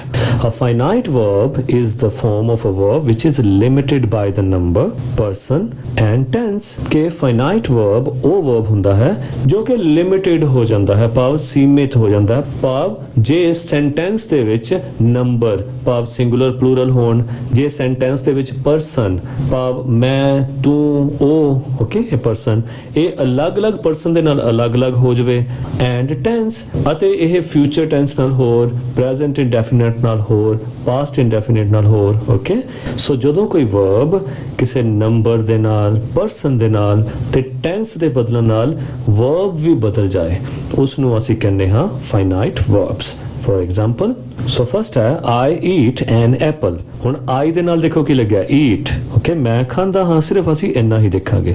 ਸੈਕਿੰਡ ਕੀ ਹੈ she eats। ਹੁਣ ਦੇਖੋ she ਯਾਨੀ ਪਰਸਨ ਚੇਂਜ ਹੋ ਗਿਆ, ਪਹਿਲਾਂ I ਸੀ ਪਰਸਨ, ਹੁਣ she ਹੋ ਗਿਆ। ਹੁਣ she ਯਾਨੀ ਪਰਸਨ ਦੇ ਚੇਂਜ ਹੋਣ ਨਾਲ ਕੀ ਹੋ ਗਿਆ, eat ਦਾ ਕੀ ਬਣ ਗਿਆ eats ਯਾਨੀ s ਉਹਦੇ ਨਾਲ ਲੱਗ ਗਿਆ, ਇਸ ਕਰਕੇ ਫਾਈਨਾਈਟ ਹੋ ਗਿਆ। Third we eat apples। ਹੁਣ ਦੇਖੋ we ਯਾਨੀ ਜ਼ਿਆਦਾ ਜਣੇ ਆ ਗਏ, ਫਿਰ ਚੇਂਜ ਹੋ ਗਿਆ eat ਆ ਗਿਆ ਹੈ ਨਾ, she ਦੇ ਨਾਲ eats ਸੀ, ਇਸ ਕਰਕੇ we ਦੇ ਨਾਲ ਤੇ ਜ਼ਿਆਦਾ ਜਣੇ ਯਾਨੀ ਪਲੂਰਲ, ਓਕੇ ਪਲੂਰਲ ਦੇ ਨਾਲ ਵੀ eat ਰਹਿ ਗਿਆ, ਇਹਦੇ ਨਾਲ s ਨਹੀਂ ਲੱਗਿਆ। Fourth we ate an apple। ਹੁਣ ate ਕੀ ਹੈ ਸੈਕਿੰਡ ਫਾਰਮ ਭਾਵ ਪਾਸਟ ਇੰਡੈਫੀਨਿਟ, ਹੁਣ ਟੈਂਸ ਚੇਂਜ ਹੋਇਆ ਤੇ ਵਰਬ ਵੀ ਚੇਂਜ ਹੋ ਗਿਆ, ਸੋ ਇਹ ਕੀ ਹੈ finite verb. Fifth we will eat apples। ਤੇ ਹੁਣ ਦੇਖੋ ਪਾਸਟ ਨੂੰ ਜਦੋਂ ਅਸੀਂ ਫਿਊਚਰ ਇੰਡੈਫੀਨਿਟ ਚ ਬਣਾਉਣਾ ਹੋਗਾ ਫਿਰ ਚੇਂਜ ਹੋ ਜਾਏਗਾ, we will ਦੇ ਨਾਲ ਫਸਟ ਫਾਰਮ ਲੱਗ ਜਾਏਗੀ, we will eat apples tomorrow। ਸੋ ਜੋ ਇਹਨਾਂ ਕਾਰਨਾਂ ਕਰਕੇ ਵਰਬ ਚੇਂਜ ਹੋ ਜਾਣ ਉਹਨਾਂ ਨੂੰ ਅਸੀਂ ਫਾਈਨਾਈਟ ਵਰਬ ਕਹਿੰਦੇ ਹਾਂ। In the example above the verb eat changes its form with change in number, person or tense। ਸੋ ਉੱਪਰਲੀ ਉਦਾਹਰਨਾਂ ਚ ਅਸੀਂ ਦੇਖਿਆ ਕਿ ਵਰਬ ਆਪਣਾ ਰੂਪ ਚੇਂਜ ਕਰ ਲੈਂਦਾ ਹੈ ਜਦੋਂ ਨੰਬਰ ਚੇਂਜ ਹੁੰਦੇ ਹਨ, ਜਦੋਂ ਕੋਈ ਵਿਅਕਤੀ ਚੇਂਜ ਹੁੰਦਾ ਹੈ ਜਾਂ ਟੈਂਸ ਚੇਂਜ ਹੁੰਦਾ ਹੈ। Therefore ਇਸ ਕਰਕੇ it can be called a finite verb। ਇਸ ਨੂੰ finite verb ਕਿਹਾ ਜਾਂਦਾ ਹੈ। ਸੋ ਇੱਕ ਗੱਲ ਤਾਂ ਕਲੀਅਰ ਹੋ ਗਈ ਕਿ finite ਜਿਹੜੇ ਚੇਂਜ ਹੋ ਜਾਂਦੇ ਹਨ, non finite ਜਿਹੜੇ ਚੇਂਜ ਨਹੀਂ ਹੁੰਦੇ। A non finite form of verb is not limited by number and person of a subject and has no tense। So non finite verb ਦੀ ਉਹ ਕਿਸਮ ਹੁੰਦੀ ਹੈ ਜਿਹੜੀ ਕਿ ਕਿਸੇ ਨੰਬਰ ਦੇ ਨਾਲ ਲਿਮਿਟਡ ਨਹੀਂ ਹੁੰਦੀ, ਭਾਵ ਚਾਹੇ I ਲੱਗਿਆ ਹੋਵੇ, ਚਾਹੇ we ਲੱਗਿਆ ਹੋਵੇ, ਚਾਹੇ ਜ਼ਿਆਦਾ ਚਾਹੇ ਘੱਟ, ਚਾਹੇ ਇੱਕ ਜਣਾ ਹੋਵੇ, ਇਹ ਅਨਚੇਂਜਡ ਰਹਿੰਦਾ ਹੈ, ਇਹ ਚੇਂਜ ਨਹੀਂ ਹੁੰਦਾ। ਨਾ ਹੀ ਕਿਸੇ ਪਰਸਨ ਦੇ ਨਾਲ ਇਹ ਚੇਂਜ ਹੁੰਦਾ ਹੈ ਤੇ ਨਾ ਹੀ ਇਹ ਟੈਂਸ ਦੇ ਚੇਂਜ ਹੋਣ ਨਾਲ ਇਹ ਵਰਬ ਚੇਂਜ ਹੁੰਦਾ ਹੈ। Non finite verb forms are typically infinitive forms with or without to. So non finite verb ਦੀਆਂ ਜਿਹੜੀਆਂ ਕਿਸਮਾਂ ਹੁੰਦੀਆਂ ਹਨ ਇਸ ਨੂੰ ਖਾਸ ਤੌਰ ਤੇ ਇਨਫਿਨਿਟਿਵ ਫਾਰਮਸ ਕਿਹਾ ਜਾਂਦਾ ਹੈ, ਜਿਹਦੇ ਵਿੱਚ ਟੂ ਲੱਗਿਆ ਵੀ ਹੋ ਸਕਦਾ ਤੇ ਜਿਹਦੇ ਵਿੱਚ ਟੂ ਨਹੀਂ ਵੀ ਲੱਗਿਆ ਹੋ ਸਕਦਾ, ਜਿਸ ਤਰ੍ਹਾਂ to go ਜਾਂ go। okay ing forms that is going and third form of the verb that is finished gone। let's look at some examples। first I want to eat an apple। ਮੈਂ Apple ਖਾਣਾ ਚਾਹੁੰਦਾ ਹਾਂ। ਹੁਣ I want, ਠੀਕ ਹੈ, ਮੈਂ ਚਾਹੁੰਦਾ ਹਾਂ ਜਾਂ ਚਾਹੁੰਦੀ ਹਾਂ, ਅੱਗੇ ਕੀ ਹੈ to eat, ਹੁਣ ਇਹਦਾ to ਲੱਗ ਗਿਆ ਹੈ ਨਾ। ਸੋ ਜੇ ਪਹਿਲਾਂ I wanted ਹੋਵੇ ਤਾਂ ਵੀ to eat ਹੀ ਆਏਗਾ, ਜੇ ਹੋਵੇ I will want ਤਾਂ ਵੀ to eat ਹੀ ਆਏਗਾ, ਜੇ ਹੋਵੇ I had wanted ਤਾਂ ਵੀ to eat ਹੀ ਆਏਗਾ। ਸੋ ਕੁਝ ਵੀ ਆ, ਚਾਹੇ we want ਆ ਜਾਏ, ਚਾਹੇ she wants ਆ ਜਾਏ, ਤਾਂ ਵੀ to eat ਹੀ ਆਏਗਾ, ਚੇਂਜ ਨਹੀਂ ਹੋਏਗਾ। ਇਸ ਕਰਕੇ non finite verbs ਹੈ। ਆਪਾਂ ਬਾਕੀ ਵੀ ਐਗਜ਼ਾਮਪਲਸ ਇਦਾਂ ਹੀ ਪੜ੍ਹ ਲੈਂਦੇ ਆ। she wants ਚੇਂਜ ਹੋ ਗਿਆ ਪਰ ਅੱਗੇ ਨਹੀਂ ਚੇਂਜ ਹੋਇਆ, to eat an apple। we want ਜ਼ਿਆਦਾ ਜਣੇ ਪਰ ਅੱਗੇ ਫਿਰ ਨਹੀਂ ਚੇਂਜ ਹੋਇਆ, to eat apples। they wanted past indefinite ਪਰ to eat apples unchanged। they will want future indefinite पर आगे चेंज होया नहीं, to eat apples tomorrow। in the example above to eat does not change even when the other verb want keeps changing according to number, person or tense। ਹੁਣ ਕਹਿੰਦੇ to eat ਜਿਹੜਾ verb ਹੈ ਇਹ change ਨਹੀਂ ਹੋਇਆ, ਚਾਹੇ ਜਿਹੜਾ verb ਹੈ want ਇਹ ਚੇਂਜ ਹੁੰਦਾ ਰਿਹਾ, ਆਪਣੇ ਨੰਬਰ ਦੇ ਹਿਸਾਬ ਨਾਲ ਚੇਂਜ ਹੁੰਦਾ ਰਿਹਾ, person ਦੇ ਹਿਸਾਬ ਨਾਲ ਚੇਂਜ ਹੁੰਦਾ ਰਿਹਾ, tense ਦੇ ਹਿਸਾਬ ਨਾਲ ਚੇਂਜ ਹੁੰਦਾ ਰਿਹਾ, ਪਰ ਜਿਹੜਾ ਦੂਸਰਾ verb ਸੀ to eat ਜਿਹੜਾ ਜਿਹੜਾ ਕਿ ਨੌਨ ਫਾਈਨਾਈਟ ਸੀ ਉਹ ਚੇਂਜ ਨਹੀਂ ਹੋਇਆ। Therefore to eat is a non finite verb। ਹੁਣ ਇਸ ਦੀਆਂ ਵੀ ਅੱਗੇ ਕਿਸਮਾਂ ਹੁੰਦੀਆਂ ਹਨ, types of non finite verbs। There are 3 types of non finite verbs। These are, first ਕੀ ਹੈ the infinitive, second the gerund, third the participles। Let us look at the following flow chart to have a better understanding। ਹੁਣ ਅਸੀਂ ਨਿਚਲਾ ਇੱਕ flow chart ਦੇਖਦੇ ਹਾਂ, ਸਾਨੂੰ ਹੋਰ ਅੱਛੀ understanding ਹੋ ਜਾਏਗੀ। ਸੋ ਸਭ ਤੋਂ ਉੱਪਰ ਕੀ ਲਿਖਿਆ non finite, ਅੱਗੇ 3 ਕਿਸਮਾਂ ਦਸੀਆਂ। ਸੋ ਫਸਟ ਇੱਥੇ ਲਿਖਤੀ infinitive, second gerund, third participles। ਸੋ infinitive ਅੱਗੇ 2 ਤਰ੍ਹਾਂ ਦੇ ਹੁੰਦੇ ਹਨ, bare infinitive ਤੇ to infinitive। ਸੋ ਕਿੰਨੀ ਕਲੀਅਰ ਗੱਲ ਹੈ, ਜਿਹੜੇ verb ਦੇ ਨਾਲ to ਲੱਗਿਆ ਹੋਏਗਾ ਉਹ to infinitive ਤੇ ਜਿਹੜੇ verb ਦੇ ਨਾਲ to ਨਹੀਂ ਲੱਗਿਆ ਹੋਏਗਾ ਉਹ bare। bare ਦਾ ਮਤਲਬ ਹੁੰਦਾ ਹੈ ਵਿਹੂਣਾ ਜਾਂ ਕਿਸੇ ਚੀਜ਼ ਤੋਂ ਬਗੈਰ। ਸੋ ਐਸੇ ਹੀ ਪਿਕਚਰ 'ਚ ਸੈਕੰਡ ਕੀ ਹੈ gerund। ਸੋ gerund ਕੀ ਹੁੰਦਾ, ਜਿਹੜੇ verb ਦੇ ਨਾਲ ing ਲੱਗਿਆ ਹੁੰਦਾ ਹੈ, ਇਹ ਆਮ ਕਰਕੇ noun ਦੇ ਕਾਫੀ ਕਰੀਬ ਹੁੰਦਾ ਹੈ। ਸੋ ਨੈਕਸਟ ਹੈ participles। ਇਹ ਵੀ 3 ਤਰ੍ਹਾਂ ਦੇ ਹੁੰਦੇ ਹਨ, present participles, past participle ਤੇ perfect participle। present participles ਕੀ ਹੁੰਦਾ, verb ਦੀ first form ਨਾਲ ing। past participle ਕੀ ਹੁੰਦਾ, verb ਦੀ third form ਤੇ perfect participles ਕੀ ਹੁੰਦਾ, having plus verb ਦੀ third form। ਆਓ ਅਸੀਂ the infinitives ਤੋਂ ਸਟਾਰਟ ਕਰਦੇ ਹਾਂ। the infinitives can further be divided into 2 categories। ਜਿੱਦਾਂ ਅਸੀਂ ਉੱਪਰ flow chart 'ਚ ਦੇਖਿਆ ਹੈ ਕਿ infinitive 2 ਭਾਗਾਂ 'ਚ ਵੰਡੇ ਹੁੰਦੇ ਹਨ, bare infinitive ਤੇ to infinitive। bare infinitives are also called plain infinitives or infinitives without to। ਸੋ ਇਹ plain infinitives ਹੁੰਦੇ ਹਨ ਤੇ ਜਾਂ ਇਹਨਾਂ ਨੂੰ ਬਗੈਰ to ਵਾਲੇ infinitives ਕਿਹਾ ਜਾਂਦਾ ਹੈ। use of bare infinitives। ਆਓ ਅਸੀਂ ਦੇਖਦੇ ਹਾਂ ਕਿਤੇ ਕਿਤੇ use ਹੁੰਦੇ ਹਨ। the bare infinitive is used with verbs such as bid, have, let, make। ਸੋ ਜਿਹੜੇ verb bid, have, let ਤੇ make ਹਨ ਉਹਨਾਂ ਦੇ ਨਾਲ infinitive verb ਅੱਗੇ ਲੱਗਦਾ ਹੈ। ਹੁਣ ਪਹਿਲੇ 'ਚ ਕੀ ਹੈ, the teacher made the student repeat the lesson। ਹੁਣ repeat ਦੇ ਨਾਲ ਕੋਈ ਵੀ to ਨਹੀਂ ਲੱਗਿਆ। he bade me write an essay। So bade ਲੱਗ ਗਿਆ, ਇਸ ਕਰਕੇ ਉਹਦੇ ਨਾਲ ਜਿਹੜਾ verb ਲੱਗੇਗਾ ਅੱਗੇ ਉਹਦੇ ਨਾਲ ਕੋਈ ਵੀ to ਨਹੀਂ ਲੱਗੇਗਾ। he didn't let me enter the room। ਹੁਣ ਇੱਥੇ let ਲੱਗ ਗਿਆ, ਇਸ ਕਰਕੇ ਇਹਦੇ ਨਾਲ ਵੀ to ਨਹੀਂ ਲੱਗੇਗਾ। he didn't let me enter the room। ਸੋ ਜਿਹੜੇ verb bid, have, let ਤੇ make ਹਨ ਉਹਨਾਂ ਦੇ ਨਾਲ infinitive verb ਅੱਗੇ ਲੱਗਦਾ ਹੈ। second with auxiliaries, will, would, shall, should, can, could, do, must, may, etc। So auxiliaries ਕਿਹੜੇ ਹੁੰਦੇ ਨੇ, helping verb। ਸੋ ਜਿਹੜੇ ਅੱਗੇ ਦਿੱਤੇ ਹੋਏ helping verb ਹਨ ਉਹਨਾਂ ਦੇ ਨਾਲ ਵੀ bare infinitive ਦੀ ਵਰਤੋਂ ਹੁੰਦੀ ਹੈ। you can go now, you shall know your results tomorrow। third with auxiliaries, need and dare। the bare infinitive is used primarily in interrogative and negative sentences। for example, ਸੋ ਦੂਜੇ ਜਿਹੜੇ ਸਹਾਇਕ verb ਹਨ ਜਿੱਦਾਂ need, dare, ਇਹਨਾਂ ਦੇ ਨਾਲ ਵੀ primarily ਯਾਨੀ ਮੁੱਖ ਤੌਰ ਤੇ bare infinitive ਦੀ ਵਰਤੋਂ ਹੁੰਦੀ ਹੈ। ਕਦੋਂ, ਜਦੋਂ interrogative ਬਣਾਉਣਾ ਹੋਵੇ ਤੇ ਜਦੋਂ negative ਬਣਾਉਣਾ ਹੋਵੇ ਤਾਂ ਉਦੋਂ ਮੁੱਖ ਰੂਪ ਵਿੱਚ bare infinitive ਵਰਤੇ ਜਾਂਦੇ ਹਨ, ਪਰ without to। dare you go into the forest at night। ਕੀ ਤੂੰ ਰਾਤ ਨੂੰ ਜੰਗਲ ਵਿੱਚ ਜਾਣ ਦੀ ਹਿੰਮਤ ਕਰ ਸਕਦਾ ਹੈ। he didn't touch his sister's mobile phone। need you go home soon, you need not come।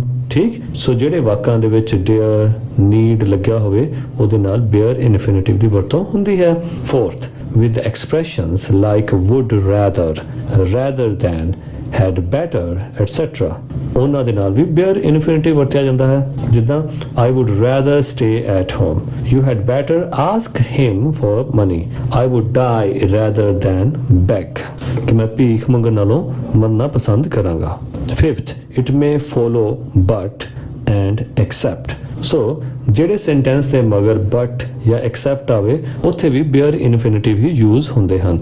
he did nothing but cry। ਉਸਨੇ ਰੋਣ ਤੋਂ ਬਿਨਾ ਕੁਝ ਨਾ ਕੀਤਾ। he does nothing except complaint। ਉਹ ਹੋਰ ਕੁਝ ਨਹੀਂ ਕਰਦਾ ਕੰਪਲੇਂਟ ਤੋਂ ਸਿਵਾਏ। ਸੋ ਇੱਥੇ ਵੀ ਕੀ ਹੈ, bare infinitive ਯਾਨੀ without to।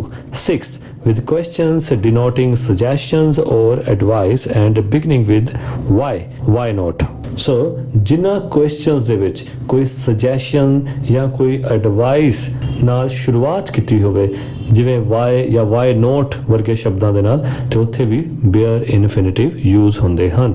Y make such a noise over a small matter ਕਿ ਇੱਕ ਛੋਟੀ ਜੀ ਗੱਲ ਤੇ ਇੰਨਾ ਸ਼ੋਰ ਕਿਉਂ ਮਚਾਉਂਦੇ ਹੋ। Why not take your brother with you ਕਿ ਆਪਣੇ ਭਰਾ ਨੂੰ ਆਪਣੇ ਨਾਲ ਕਿਉਂ ਨਹੀਂ ਲੈ ਕੇ ਜਾਂਦੇ। ਸੋ ਜਦੋਂ ਇਹੋ ਜਿਹੀ ਕੋਈ ਸੁਜੈਸ਼ਨ ਹੋਵੇ ਤਾਂ ਉਦੋਂ ਵੀ ਬੇਅਰ ਇਨਫਿਨਿਟਿਵ ਦੀ ਵਰਤੋਂ ਹੁੰਦੀ ਹੈ। ਟੂ ਇਨਫਿਨਿਟਿਵ, ਯੂਜ਼ ਆਫ ਟੂ ਇਨਫਿਨਿਟਿਵ ਕੀ ਹੈ? ਦ ਟੂ ਇਨਫਿਨਿਟਿਵ ਇਜ਼ ਯੂਜ਼ਡ ਇਨ ਮੈਨੀ ਸੈਂਟੈਂਸ ਕੰਸਟਰਕਸ਼ਨਸ, ਕਿ ਬਹੁਤ ਸਾਰੇ ਵਾਕਾਂ ਦੀ ਬਣਾਵਟ ਦੇ ਵਿੱਚ ਟੂ ਇਨਫਿਨਿਟਿਵ ਯੂਜ਼ ਹੁੰਦਾ ਹੈ। often expressing the purpose of something or someone's opinion about something, ਇਹ ਅਕਸਰ ਕਿਸੇ ਚੀਜ਼ ਦੇ ਉਦੇਸ਼ ਨੂੰ ਸ਼ੋ ਕਰਨ ਲਈ ਹੁੰਦਾ ਹੈ। ਇਹ ਕਿਸੇ ਦੀ ਕਿਸੇ ਬਾਰੇ ਓਪੀਨੀਅਨ ਭਾਵ ਰਾਏ ਨੂੰ ਸ਼ੋ ਕਰਨ ਲਈ ਵੀ ਇਸ ਦੀ ਵਰਤੋਂ ਕੀਤੀ ਜਾਂਦੀ ਹੈ। ਹੁਣ ਸਭ ਤੋਂ ਪਹਿਲਾਂ ਆਪਾਂ ਦੇਖਾਂਗੇ ਐਜ਼ ਅ ਨਾਊਨ, ਕਿ ਜਦੋਂ ਵਰਬ ਦੀ ਵਰਤੋਂ ਨਾਊਨ ਦੀ ਤਰ੍ਹਾਂ ਹੋਵੇ ਤੇ ਉਹਦੇ ਨਾਲ ਵੀ ਟੂ ਵਰਤਿਆ ਜਾਂਦਾ ਹੈ। ਜਿੱਦਾਂ to speak effectively needs a lot of practice, ਕਿ ਜੇ ਪ੍ਰਭਾਵਸ਼ਾਲੀ ਬੋਲਣਾ ਹੋਵੇ ਤਾਂ ਉਸ ਲਈ ਬਹੁਤ ਜ਼ਿਆਦਾ ਪ੍ਰੈਕਟਿਸ ਦੀ ਲੋੜ ਪੈਂਦੀ ਹੈ। ਠੀਕ ਹੈ, ਟੂ ਸਪੀਕ।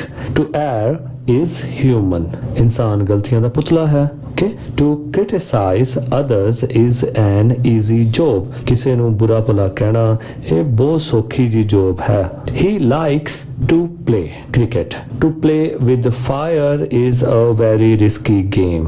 ਠੀਕ, ਸੋ ਫਿਲਹਾਲ ਹਜੇ ਤੱਕ ਆਪਾਂ ਇਹੀ ਯਾਦ ਰੱਖਣਾ ਕਿ ਇਹਦੇ ਚ ਟੂ ਲੱਗਿਆ, ਇਸ ਕਰਕੇ ਟੂ ਇਨਫਿਨਿਟਿਵ ਹੈ। ਪਹਿਲੇ ਵਾਲਿਆਂ ਚ ਟੂ ਨਹੀਂ ਲੱਗਿਆ ਸੀ, ਇਸ ਕਰਕੇ ਉਹ ਬੇਅਰ ਇਨਫਿਨਿਟਿਵ ਸਨ। ਠੀਕ, next, my duty is to serve my country, ਹੁਣ ਇਹ ਚ ਵੀ ਟੂ ਲੱਗਿਆ, ਇਸ ਕਰਕੇ ਟੂ ਇਨਫਿਨਿਟਿਵ ਹੈ। It is easier to preach than to practice, ਕਿ ਉਪਦੇਸ਼ ਦੇਣਾ ਜ਼ਿਆਦਾ ਸੌਖਾ ਹੈ ਉਹਦੇ ਉੱਤੇ ਚੱਲਣ ਨਾਲੋਂ। Next, as adverb to modify verbs and adjectives, ਹੁਣ ਕਈ ਸ਼ਬਦਾਂ ਵਿੱਚ ਐਡਵਰਬ ਦੀ ਤਰ੍ਹਾਂ ਵੀ ਵਰਤੇ ਜਾਂਦੇ ਹਨ ਜਿਹੜੇ ਕਿ ਕਿਸੇ ਵਰਬ ਨੂੰ ਮੋਡੀਫਾਈ ਕਰਦੇ ਹਨ, ਭਾਵ ਸਾਨੂੰ ਉਸ ਵਰਬ ਦੇ ਗੁਣ ਜਾਂ ਉਸ ਬਾਰੇ ਹੋਰ ਜ਼ਿਆਦਾ ਜਾਣਕਾਰੀ ਦਿੰਦੇ ਹਨ। ਅਸੀਂ ਉੱਥੇ ਵੀ ਟੂ ਇਨਫਿਨਿਟਿਵ ਦੀ ਵਰਤੋਂ ਕਰਦੇ ਹਾਂ। Example, we go to school, ਹੁਣ ਅਸੀਂ ਸਕੂਲ ਜਾਂਦੇ ਹਾਂ। ਠੀਕ ਹੈ, ਸੋ ਹੁਣ ਇੱਥੇ ਕੰਮ ਕਿਹੜਾ ਹੋਇਆ? ਜਾਣ ਦਾ, ਭਾਵ ਗੋ। ਠੀਕ ਹੈ, ਪਰ ਕਿਉਂ ਜਾਂਦੇ ਹਾਂ? ਹੁਣ ਜਾਣ ਦੀ ਖਾਸੀਅਤ ਕੀ ਹੈ? ਠੀਕ ਹੈ, ਸੋ ਵਰਬ ਦੇ ਬਾਰੇ ਹੋਰ ਕੀ ਦੱਸਿਆ ਜਾ ਰਿਹਾ? ਟੂ ਲਰਨ, ਕਿ ਅਸੀਂ ਜਾਂਦੇ ਹਾਂ ਸਿੱਖਣ ਲਈ। ਸੋ ਜਦੋਂ ਵਰਬ ਦੀ ਖਾਸੀਅਤ ਦੱਸੀ ਜਾਵੇ ਸੋ ਉਹ ਕੀ ਬਣ ਜਾਏਗਾ? ਐਡਵਰਬ। ਓਕੇ, ਕਈ ਬੱਚਿਆਂ ਨੂੰ ਇਹ ਬੜਾ ਕੰਪਲਿਕੇਟਡ ਜਿਹਾ ਲੱਗ ਰਿਹਾ ਹੋਵੇਗਾ, ਸੋ ਮੈਂ ਇੱਥੇ ਸਿਰਫ ਇਸ ਨੂੰ ਸਿੰਪਲੀਫਾਈ ਇਸ ਤਰੀਕੇ ਨਾਲ ਕਰਨਾ ਚਾਹੁੰਦਾ ਹਾਂ। ਤੁਸੀਂ ਸਿਰਫ ਇਹ ਧਿਆਨ ਦੇਣਾ ਹੈ ਕਿ ਇਹਨਾਂ ਨਾਲ ਟੂ ਲੱਗਿਆ ਹੈ ਤੇ ਟੂ ਇਨਫਿਨਿਟਿਵ ਹਨ, ਜੇ ਟੂ ਨਹੀਂ ਲੱਗਿਆ ਤਾਂ ਬੇਅਰ ਇਨਫਿਨਿਟਿਵ ਹਨ। ਠੀਕ, ਸੋ ਪੇਪਰ ਵਿੱਚ ਇਸ ਤੋਂ ਜ਼ਿਆਦਾ ਨਹੀਂ ਆਏਗਾ। ਨੈਕਸਟ ਹੈ, she is hard to please, ਉਸਨੂੰ ਖੁਸ਼ ਕਰਨਾ ਔਖਾ ਹੈ। ਸੋ ਇੱਥੇ ਵੀ ਟੂ ਲੱਗ ਗਿਆ, ਇਸ ਕਰਕੇ ਟੂ ਇਨਫਿਨਿਟਿਵ ਹੈ। ਥਰਡ ਹੈ ਐਜ਼ ਐਡਜੈਕਟਿਵ ਟੂ ਕੁਆਲੀਫਾਈ ਨਾਊਨਸ, ਹੁਣ ਕਈ ਜਗ੍ਹਾ ਤੇ ਕਿਸੇ ਨਾਊਨ ਦੀ ਖਾਸੀਅਤ ਦੱਸਣ ਲਈ ਇਹ ਵਰਬ ਜਿਹੜੇ ਕਿ ਇਨਫਿਨਿਟਿਵ ਵਰਬ ਹੁੰਦੇ ਹਨ ਇਹ ਵਰਤੇ ਜਾਂਦੇ ਹਨ, ਪਰ ਇਹ ਵਰਬ ਉੱਥੇ ਐਜ਼ ਐਡਜੈਕਟਿਵ ਵਾਂਗੂ ਵਰਤੇ ਜਾਂਦੇ ਹਨ। ਕਿਸ ਤਰ੍ਹਾਂ? ਇਟ ਵਾਜ਼ ਅ ਮੈਚ, ਇਹ ਇੱਕ ਮੈਚ ਸੀ। ਠੀਕ ਹੈ, ਹੁਣ ਮੈਚ ਕਿਹੋ ਜਿਹਾ ਸੀ? ਟੂ ਰਿਮੈਂਬਰ, ਯਾਦ ਰੱਖਣ ਯੋਗ। ਠੀਕ ਹੈ, ਮੈਚ ਜਿਹੜਾ ਸੀ ਉਹ ਯਾਦ ਰੱਖਣ ਯੋਗ। ਮੈਚ ਦੀ ਖਾਸੀਅਤ ਕੀ ਹੈ? ਕਿ ਇਹ ਯਾਦ ਰੱਖਣ ਯੋਗ ਸੀ। ਸੋ ਜਦੋਂ ਕੋਈ ਵਰਬ ਕਿਸੇ ਨਾਊਨ ਦੀ ਖਾਸੀਅਤ ਦੱਸਣ ਲਈ ਉੱਥੇ ਹੋਵੇ ਉਹਦੇ ਨਾਲ ਵੀ ਫਿਰ ਟੂ ਇਨਫਿਨਿਟਿਵ ਦੀ ਵਰਤੋਂ ਅਸੀਂ ਕਰਦੇ ਹਾਂ। ਫੋਰਥ, ਐਜ਼ ਆਬਜੈਕਟ ਕੰਪਲੀਮੈਂਟ, ਜਦੋਂ ਉਹ ਕਿਸੇ ਆਬਜੈਕਟ ਦਾ ਪੂਰਕ ਹੋਵੇ, ਭਾਵ ਕਿਸੇ ਆਬਜੈਕਟ ਦੀ ਸਹਾਇਤਾ ਲਈ ਹੋਵੇ, ਭਾਵ ਕਿਸੇ ਆਬਜੈਕਟ ਦੀ ਹੋਂਦ ਨੂੰ ਉੱਥੇ ਦਰਸਾਉਂਦਾ ਹੋਵੇ ਕਿ ਉਹ ਆਬਜੈਕਟ ਉੱਥੇ ਕਾਹਦੇ ਵਾਸਤੇ ਹੈ ਜਾਂ ਉਸ ਆਬਜੈਕਟ ਦਾ ਉੱਥੇ ਕੀ ਮਤਲਬ ਹੈ। ਇਹ ਹੀ ਐਡਵਾਈਜ਼ਡ ਮੀ, ਉਸਨੇ ਮੈਨੂੰ ਸਲਾਹ ਦਿੱਤੀ। ਹੁਣ ਮੀ, ਠੀਕ ਹੈ, ਮੀ ਕੀ ਹੈ? ਆਬਜੈਕਟ। ਸੋ ਕੀ ਸਲਾਹ ਦਿੱਤੀ? To keep quiet. ਹੁਣ ਮੀ ਵਾਸਤੇ ਸਲਾਹ ਕਿਹੜੀ ਸੀ? ਟੂ ਕੀਪ ਕੁਆਇਟ, ਕਿ ਉਹ ਚੁੱਪ ਰਵੇ, ਕਿ ਮੈਂ ਚੁੱਪ ਰਹਾਂ। ਇਸੇ ਤਰ੍ਹਾਂ ਬੀ, ਆਈ ਐਡਵਾਈਜ਼ਡ ਹਿਮ, ਮੈਂ ਉਸ ਨੂੰ ਸਲਾਹ ਦਿੱਤੀ। ਹੁਣ ਹਿਮ ਆਬਜੈਕਟ ਹੈ। ਅਗਲੇ ਸ਼ਬਦ ਹਿਮ ਨੂੰ ਕੰਪਲੀਮੈਂਟ ਕਰਨ ਲਈ ਹੈ, ਭਾਵ ਉਹਦੇ ਪੂਰਕ ਹਨ। ਟੂ ਐਕਸੈਪਟ ਦ ਆਫਰ, ਕਿ ਮੈਂ ਉਸ ਨੂੰ ਸਲਾਹ ਦਿੱਤੀ ਕਿ ਉਹ ਇਸ ਆਫਰ ਨੂੰ ਠੁਕਰਾਏ ਨਾ, ਇਸ ਨੂੰ ਐਕਸੈਪਟ ਕਰ ਲਵੇ, ਸਵੀਕਾਰ ਕਰ ਲਵੇ। Fifth, too TOO plus adjective or adverb plus infinitive। ਠੀਕ, ਜਿੱਥੇ ਹੁਣ TOO ਦੀ ਵਰਤੋਂ ਹੁੰਦੀ ਹੈ ਟੂ, ਠੀਕ ਹੈ, ਉਹਦੇ ਨਾਲ ਵੀ TO ਦੀ ਵਰਤੋਂ ਹੁੰਦੀ ਹੈ। ਜਿਸ ਤਰ੍ਹਾਂ he is too weak to walk, ਉਹ ਇੰਨਾ ਕਮਜ਼ੋਰ ਹੈ ਕਿ ਚੱਲ ਵੀ ਨਹੀਂ ਸਕਦਾ। Mona is too young to understand this, ਉਹ ਇੰਨੀ ਛੋਟੀ ਹੈ ਕਿ ਇਸ ਨੂੰ ਅੰਡਰਸਟੈਂਡ ਨਹੀਂ ਕਰ ਸਕਦੀ। They worked too slowly to achieve the target, ਉਹ ਇੰਨਾ ਸਲੋ ਕੰਮ ਕਰਦੇ ਹਨ ਕਿ ਉਹ ਟਾਰਗੇਟ ਤੱਕ ਨਹੀਂ ਪਹੁੰਚ ਸਕਦੇ। ਨੈਕਸਟ ਹੈ ਇਨਫ ਪਲਸ ਇਨਫਿਨਿਟਿਵ। ਹੁਣ ਜਿੱਥੇ ਇਨਫ ਦੀ ਵਰਤੋਂ ਹੋਵੇ ਉਹਦੇ ਨਾਲ ਵੀ ਅਸੀਂ ਟੂ ਇਨਫਿਨਿਟਿਵ ਦੀ ਵਰਤੋਂ ਕਰਦੇ ਹਾਂ। ਜਿਸ ਤਰ੍ਹਾਂ ਹੀ has enough money to pay the bill, ਉਸ ਕੋਲ ਇੰਨਾ ਪੈਸਾ ਹੈ ਕਿ ਉਹ ਆਪਣਾ ਬਿੱਲ ਪੇ ਕਰ ਸਕੇ। He is kind enough to help you, ਉਹ ਇੰਨਾ ਤਾਂ ਦਿਆਲੂ ਹੈ ਕਿ ਉਹ ਤੇਰੀ ਮਦਦ ਕਰੇ। Activity 6, pick out infinitives in the following sentences and underline them। ਹੁਣ ਆਪਾਂ infinitives ਜਿਹੜੇ ਨੇ ਉਹਨਾਂ ਨੂੰ ਪਿਕ ਕਰਨਾ ਤੇ ਉਹਨਾਂ ਨੂੰ ਅੰਡਰਲਾਈਨ ਕਰਨਾ। ਫਸਟ ਹੈ I saw him go, ਮੈਂ ਉਸ ਨੂੰ ਜਾਂਦੇ ਦੇਖਿਆ। ਹੁਣ go ਦੇ ਨਾਲ ਕੋਈ to ਨਹੀਂ ਲੱਗਿਆ, ਸੋ ਇਸ ਕਰਕੇ bare infinitive ਆਪਾਂ go ਨੂੰ ਅੰਡਰਲਾਈਨ ਕਰ ਲਾਂਗੇ, ਠੀਕ ਹੈ।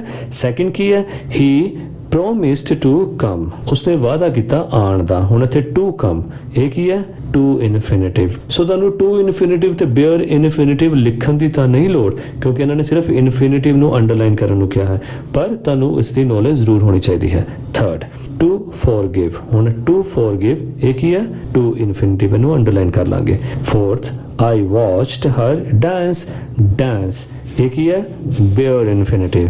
It is bad to cheat, to cheat ਕੀ ਹੈ, yes, to infinitive, your family।